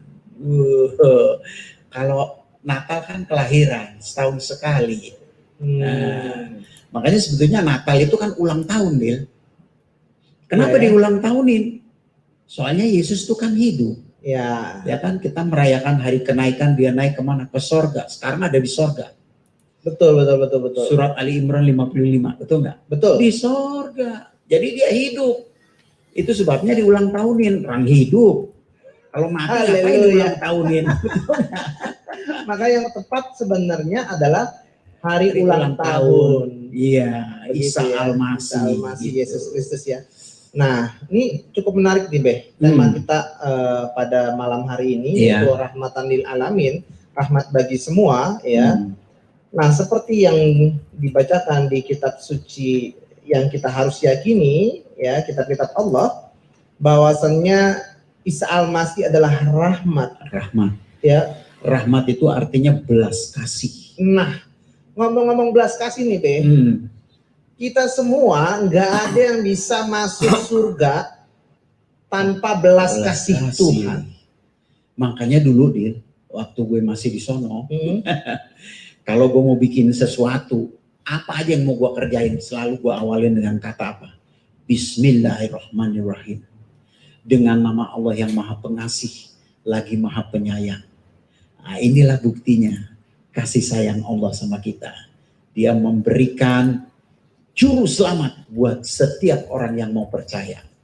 Nah, perkataan itu juga sebenarnya untuk manusia. Iya. Ya kan? Bagaimana kita mengucapkan syukur kepada Tuhan, kepada Allah, ya. Dengan menyebut nama Allah yang Maha Pengasih lagi Maha Penyayang. Nah, itu cocok untuk kita manusia. Benar. Nah, makanya kitab-kitab suci, ya, khususnya di dalam kitab suci Al-Qur'an, dimulai dengan bismillah, ya, itu sebenarnya buat kita. Betul. Ya. Dan bentuk kasih Tuhan, bentuk kasih Allah sama kita, Dia kirimkan rahmat itu, kasih itu, yaitu Isa Al-Masih, Yesus Kristus ke dunia ini, Be. Betul. Kan dia bilang. Ya, mungkin di situ Pak Dendi ya. Ya, suaranya kedengeran nggak, Pak? Saya. Tapi kita bahas. Nggak, Pak? Dengar saya dengar. Dengar suaranya. Dengar. Gini, sebenarnya gini, Pak. Tadi yang dari video ini yang mau Pak Ali sampaikan apa, Pak? Kalau video itu kan dia jelas bahwa ayat dalam Quran yang Bismillahirrahmanirrahim itu terkait dengan ini Rahman Rahimnya Tuhan dengan mengirimkan Yesus sebagai sang juru selamat. Kan diartikan begitu menurut dia. Yeah. Dengan tambahan sebagai rahmatan lil alamin. Ini kan tidak ada hubungannya dengan ayat Quran sebetulnya. Kalau justru Bismillahirrahmanirrahim dengan nama Allah yang Maha Pengasih dan yang Allah sebagai Rahman, Allah sebagai Rahim, dan itu diimplementasi melalui ayat yang termaktub dalam redaksi rahmatan lil alamin merujuk kepada siapa? Wa ma arsalnaka illa rahmatan lil alamin, kepada khataman nabiyyin Muhammad sallallahu alaihi wasallam. Kepada kerasulan, misi kerasulan sebagai rahmah bagi alam semesta, diutusnya Rasul yang terakhir ini. Seharusnya kan begitu pemahamannya. Bukan diselewengkan, bukan dimanipulasi ke Natal Kristus. Ini kan comot ayat dalam rangka untuk apa istilahnya, melakukan manipulasi tadi yang saya maksud. Ini kan tidak boleh dipahami seperti ini.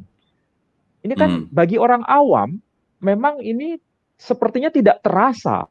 Tapi bagi kita yang paham, terasa bahwa ayat ini nggak ada hubungan sama sekali dengan Kristus sebagai rahmatan lil alamin. Justru terkait dengan Muhammad sallallahu alaihi wasallam sebagai rahmatan lil alamin. Iya. Ini kan itu tadi menggunakan ayat Quran dalam rangka untuk memanipulasi doktrin yang dia pahami. Dan ini harus diluruskan. Saya bicara seperti ini bukan berarti ingin mengganggu iman orang lain, tidak.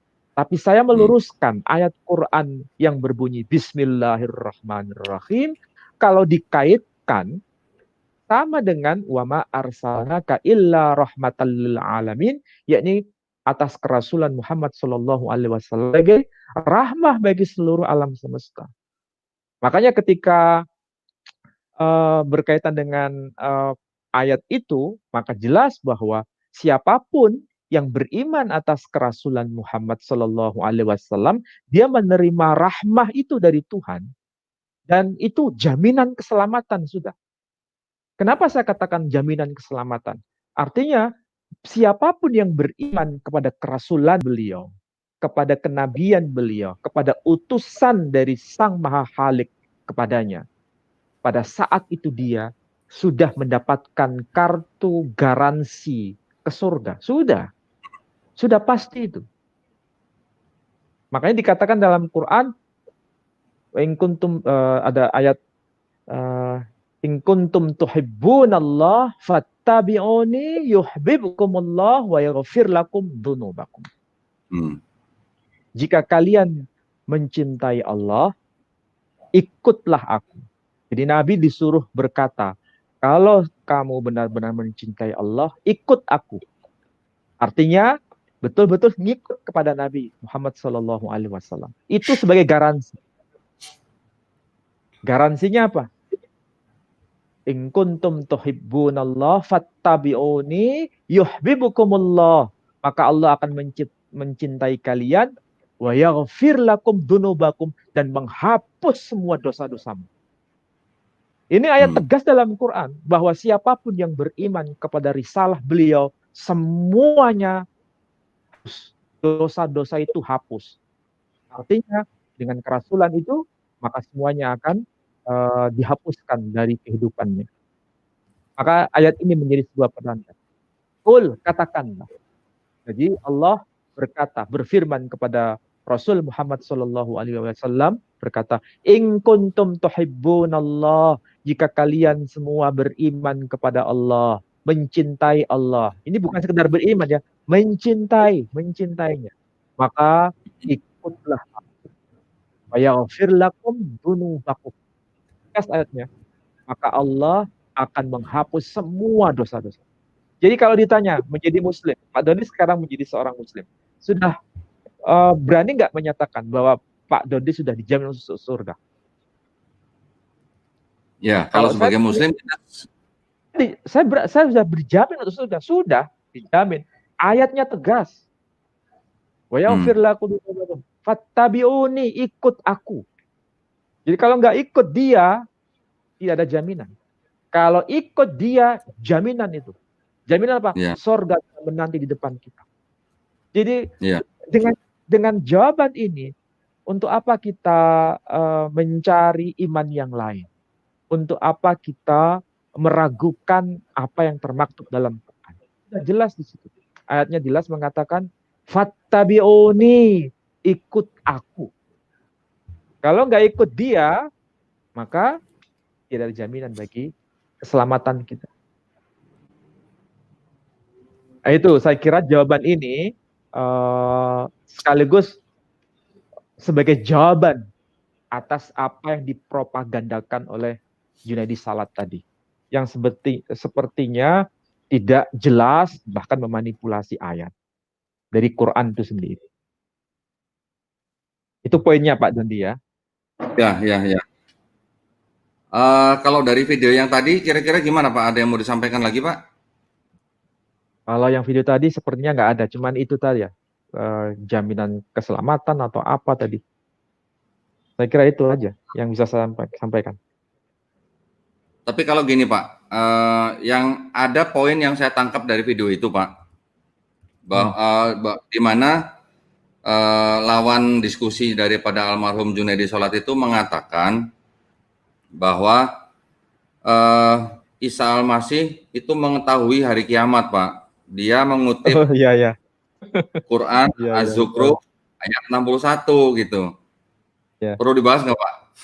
Perlu itu, perlu supaya paham. Tolong ditayangkan ayatnya. Az-Zukhruf 1. Itu kan penting sekali Pak ya soalnya ya. Iya, itu sangat penting sekali. Karena yang ditafsirkan oleh dia keluar dari ayat yang sebetulnya. Perlu saya jelaskan dan harus kita bahas. Ya. Coba ditayangkan di slide ya. Ya, sebentar Pak. Nah, dia dengan PD-nya mengatakan bahwa cuman Isa Al-Masih aja yang mengetahui adanya hari kiamat gitu Pak. Wah, itu berbahaya gitu. Ya. Kita nanti lihat di Alkitab sendiri ya. Kita lihat di Alkitab. Kita lihat di Quran sendiri. Nah, itu ayat Qurannya. Ini yang dikutip oleh siapa tadi? Fadil Mulya ya. Ya, saya betul, paham Pak. Dia murtad dari Islam dan sepertinya memang dia nggak begitu paham bahasa Arab sehingga seringkali dia terjebak dalam pemahaman yang salah. Karena memang kuncinya di bahasa Arab. Coba lihat bahasa Arab itu kelihatan ya ayatnya. Bunyinya wa innahu la'ilmul lis-sa'ah.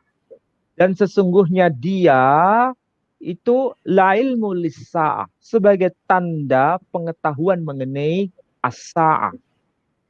Ayatnya tidak berbunyi wa innahu alimus sa'ah. Redaksi ayatnya tidak berkata wa innahu alimus sa'ah.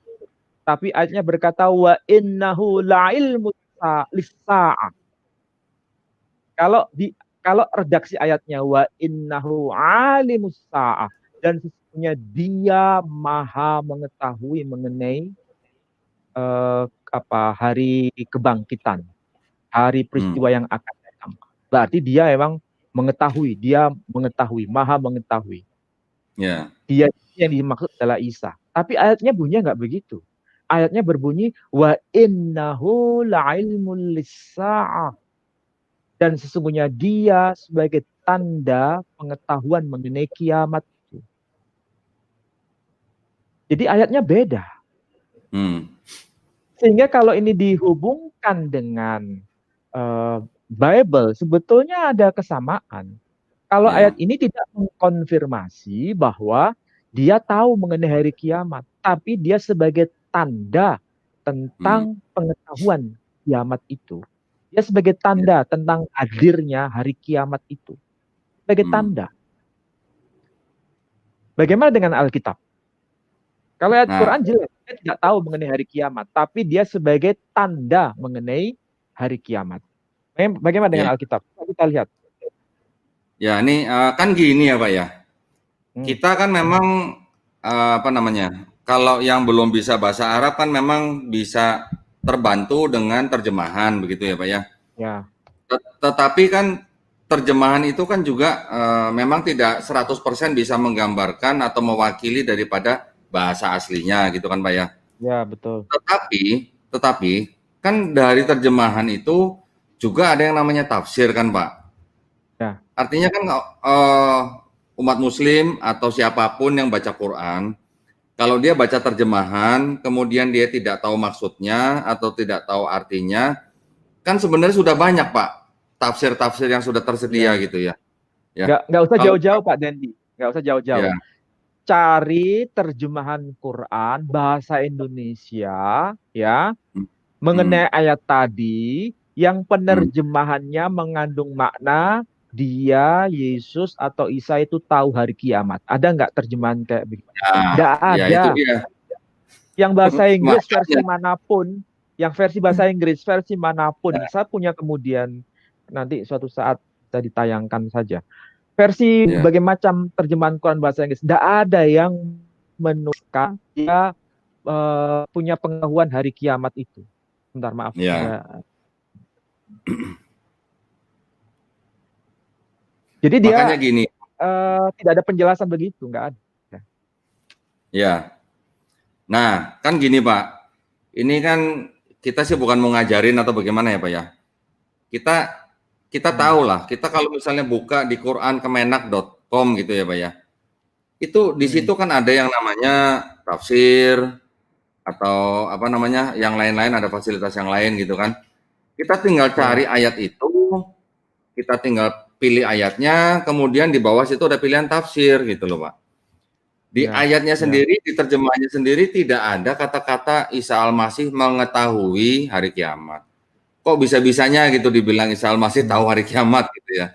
Nah, ini saya hanya merangkum Pak. Ini saya merangkum apa yang ada di dalam tafsir daripada Kemenak Pak ya.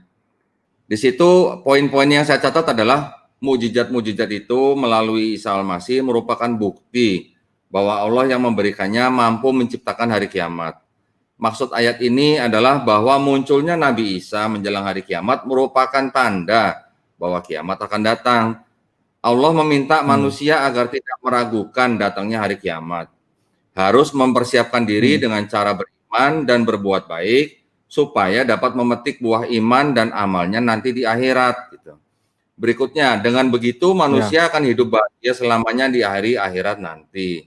Allah meminta Bani Israel agar mengikuti ajaran-ajaran yang ia sampaikan kepada Nabi Isa mengenai adanya hari kiamat.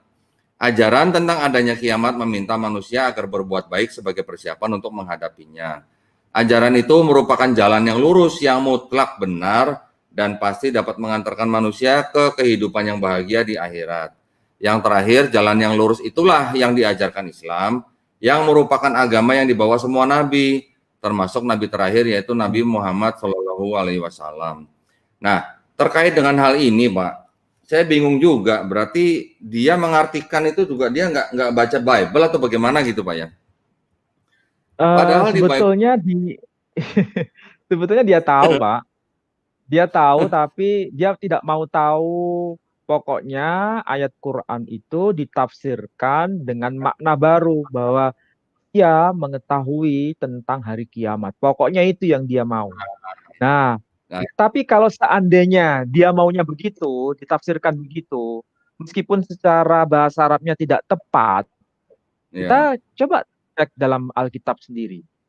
Kalau itu yang bahasa ya, Indonesia ya, yang bahasa ya, Indonesia di Matius.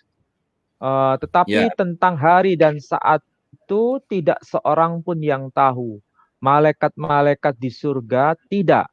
Dan anak pun tidak. Hanya Bapa sendiri. Jadi yang tahu mengenai hari kiamat, Yesus ataukah hanya Bapa sendiri? Ayat itu hanya Bapak menegaskan, yang sendiri. tahu itu hanya Bapa. Yesus tidak tahu. Berarti sama nggak dengan Quran? Yang tahu hari kiamat siapa? Hanya Allah sendiri. Iya, Isa sama. tidak tahu hari kiamat. Isa tidak tahu hari kiamat. Markus juga sama. Tetapi tentang hari atau saat itu tidak ada seorang pun yang tahu. Malaikat-malaikat di surga tidak. Jadi makhluk apapun tidak tahu. Malaikat di surga juga tidak tahu. Anak pun tidak. Jadi anak pun di sini yang dimaksud siapa? Yesus sendiri. Dia tidak tahu hari kiamat itu kapan. Hanya Bapa saja. Coba saya lihat yang teks bahasa Arab. Ini kebetulan saya punya yang bahasa Arab nih. Ya, ini Alkitabul Muqaddas. Ini Alkitab berbahasa Arab ini. Bunyinya dikatakan begini. Wa amma dzalikal yaum wa tilkas sa'ah fala ya'lamu bihima ahadun walal malaikatul ladzina fis sama' walal ibn illa al-ab. Wa amma dzalikal yaum, dan tentang hari itu, wa tilkas sa'ah, dan juga berkaitan dengan kiamat itu, sa'ah. Fala ya'lamu bihima. Tidak ada seorang pun yang tahu mengenai kedua hal itu.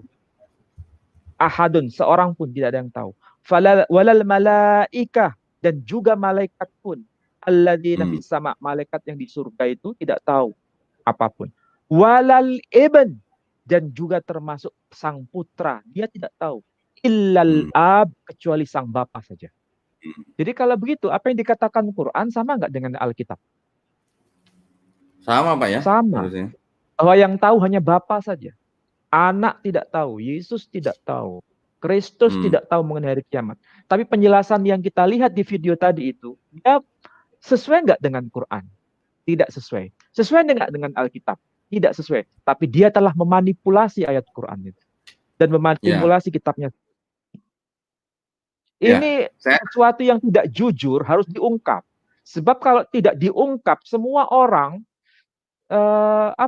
membenarkan segala cara untuk melakukan manipulasi-manipulasi seperti itu. Ya, saya perdengarkan suaranya Fadila Mulya ya, Pak ya.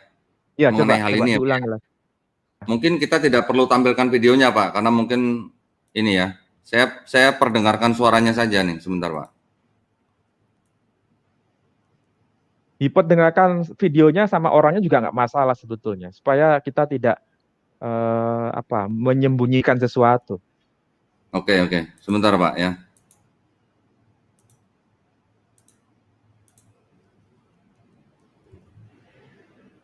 Minta tolong operator, tolong tampilin aja. Oke, sebentar, Pak.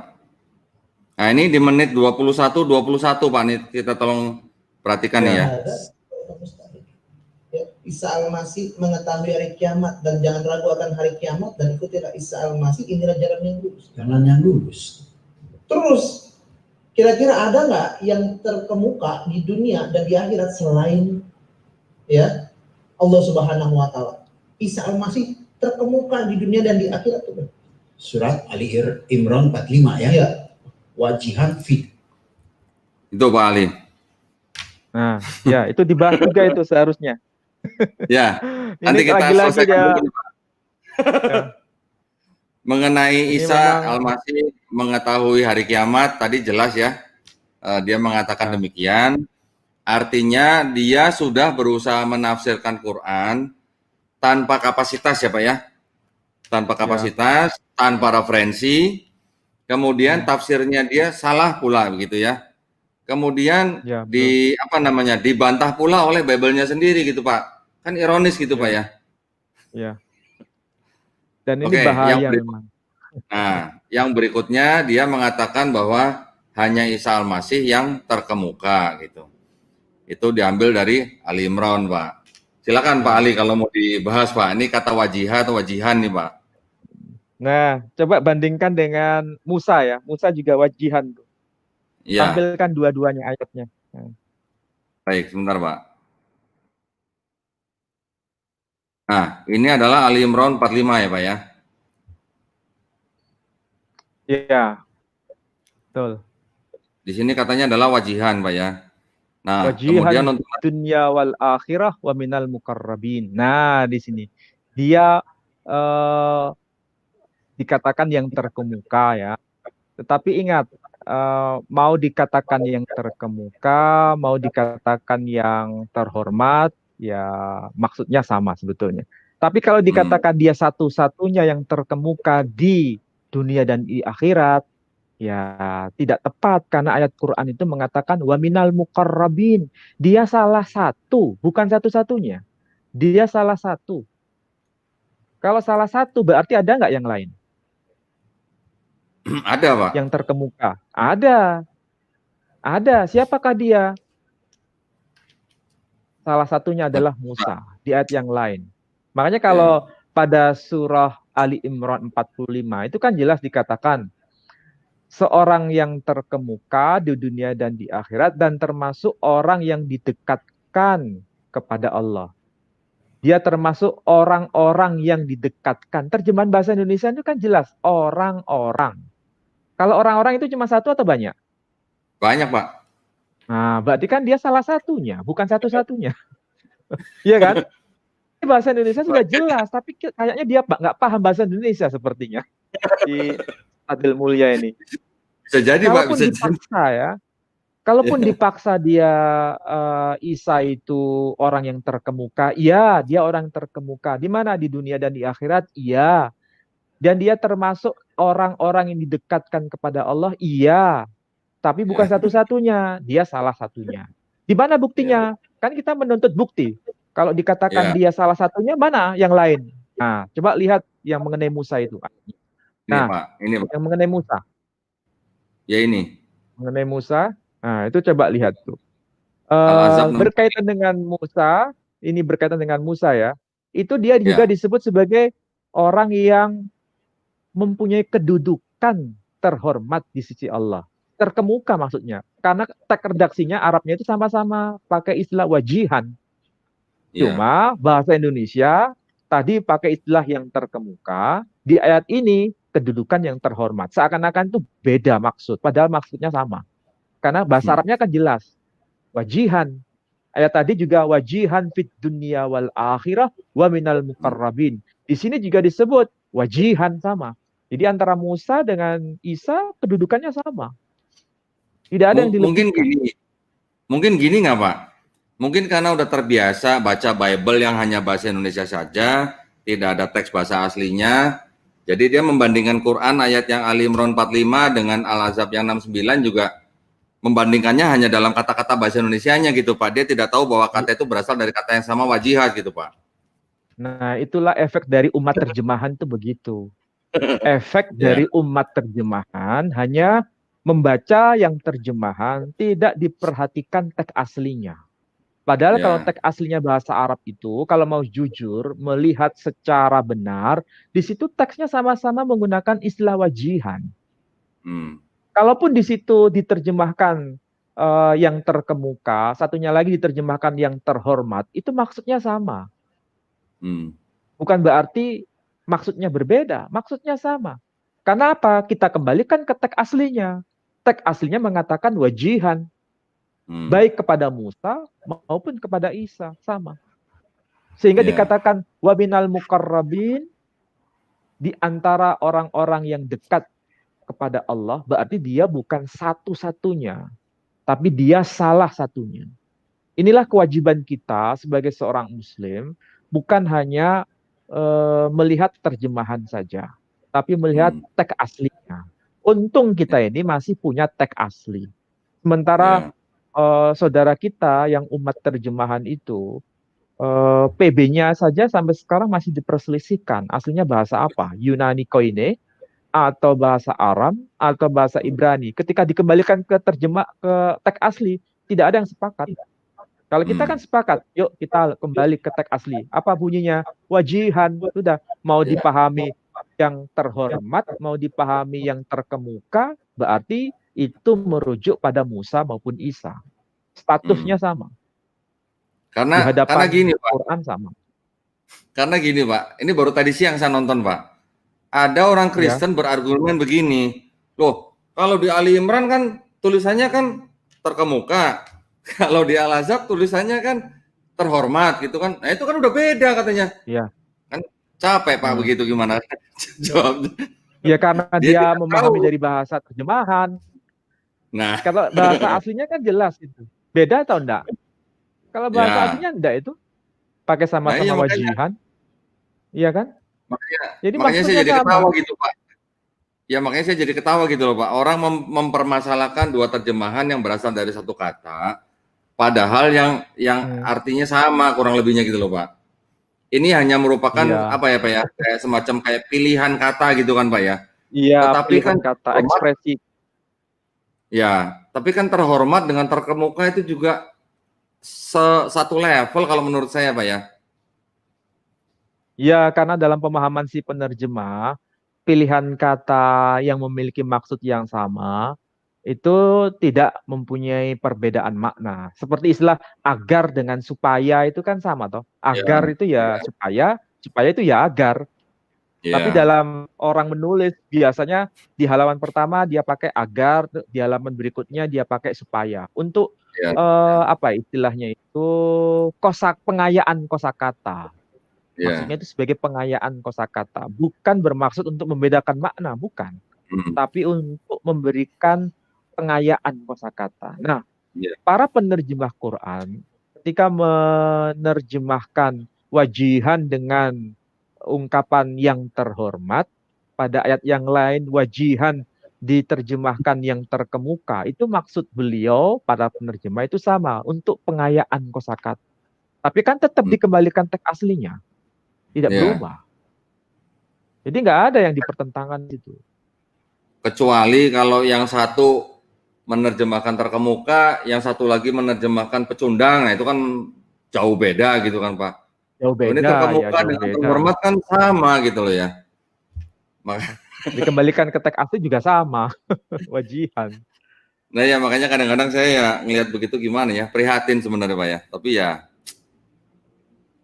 gitu ya, Pak. sama kasusnya ketika ini Pak Dondi, bahwa Yesus itu adalah suci, yang lain tidak suci. Gulaman zakia, bayi yang suci. Jadi yang lain tidak suci. Menurut mereka begitu. Padahal dalilnya dari Quran. Padahal Quran tuh Yohanes juga disebut suci dalam Quran itu. Tapi bukan zakia, tapi zakah. Tapi maksudnya sama itu. Zakia dengan zakah itu hanya beda bentuk. Tapi dari akar kata yang sama. Ya. Kecuali kalau begini Pak, ini ini contoh ya. Kalau di Bible kan di 2 Raja-Raja 8:26 Ahazia menjadi raja umur 22 tahun. Nanti di 2 Tawarik 22 ayat 2 itu nanti dia menjadi raja umur 42 tahun. Nah, yang begitu itu kan yang ceritanya sama, orangnya sama, leluhur sama, tapi umurnya beda. Nah, itu baru bermasalah gitu loh. Ya, ini satu kata wajihan, yang satu terkemuka, satu terhormat, itu dijadiin masalah gitu. Jadi sepertinya, aduh, kasihan kalau saya bilang sih, Pak. Ya, memang kita harus sabar memahami orang-orang seperti ini karena mereka ada keterbatasan bahasa. Kalau kita memahami orang-orang seperti ini karena keterbatasan bahasa, kita maklum. Dan kita harus betul-betul punya ekstra ya, tindakan ekstra untuk sabar kepada mereka. Kalau saya sih sabar saja dengan mereka yang kurang begitu begitu paham mengenai bahasa asli. Tapi kalau Ya. sudah disebutkan begini, tapi kemudian masih saja dia tidak mau terima dengan alasan yang macam-macam, ya itu pilihan dia. Yang penting Ya. saya sudah menjelaskan sesuai dengan apa teksnya, yang dimaksud oleh teksnya itu.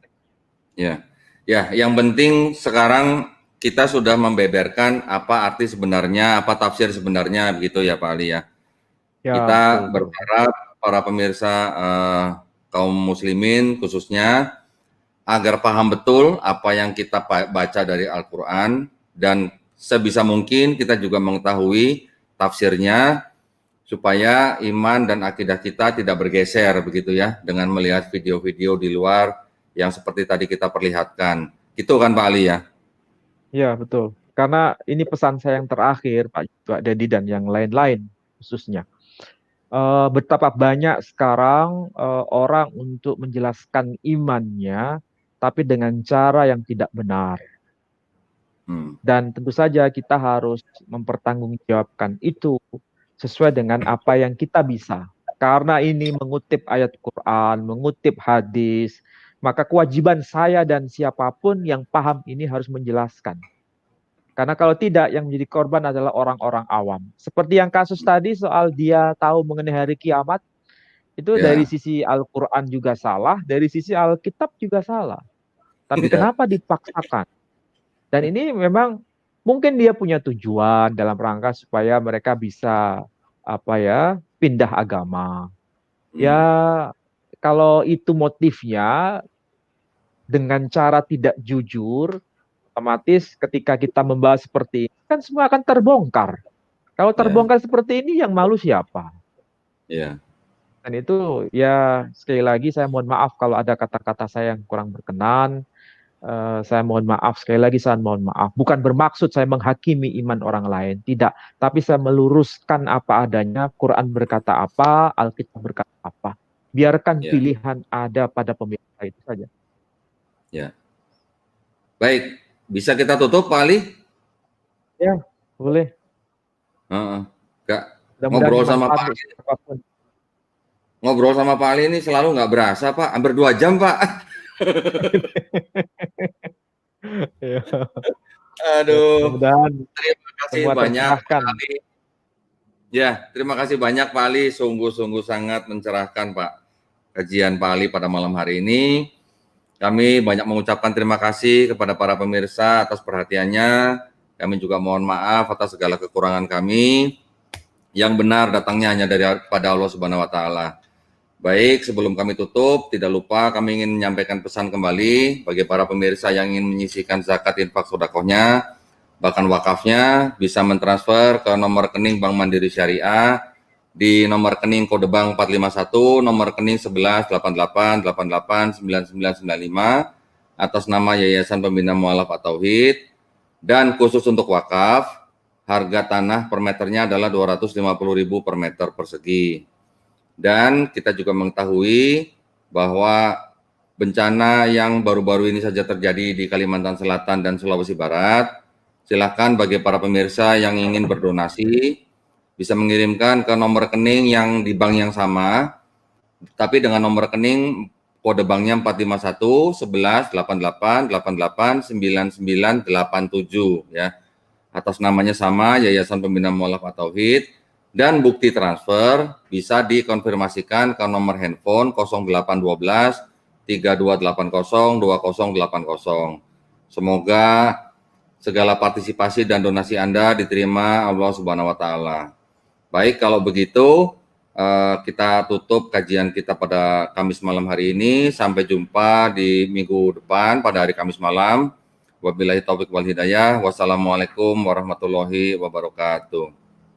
Waalaikumsalam warahmatullahi wabarakatuh.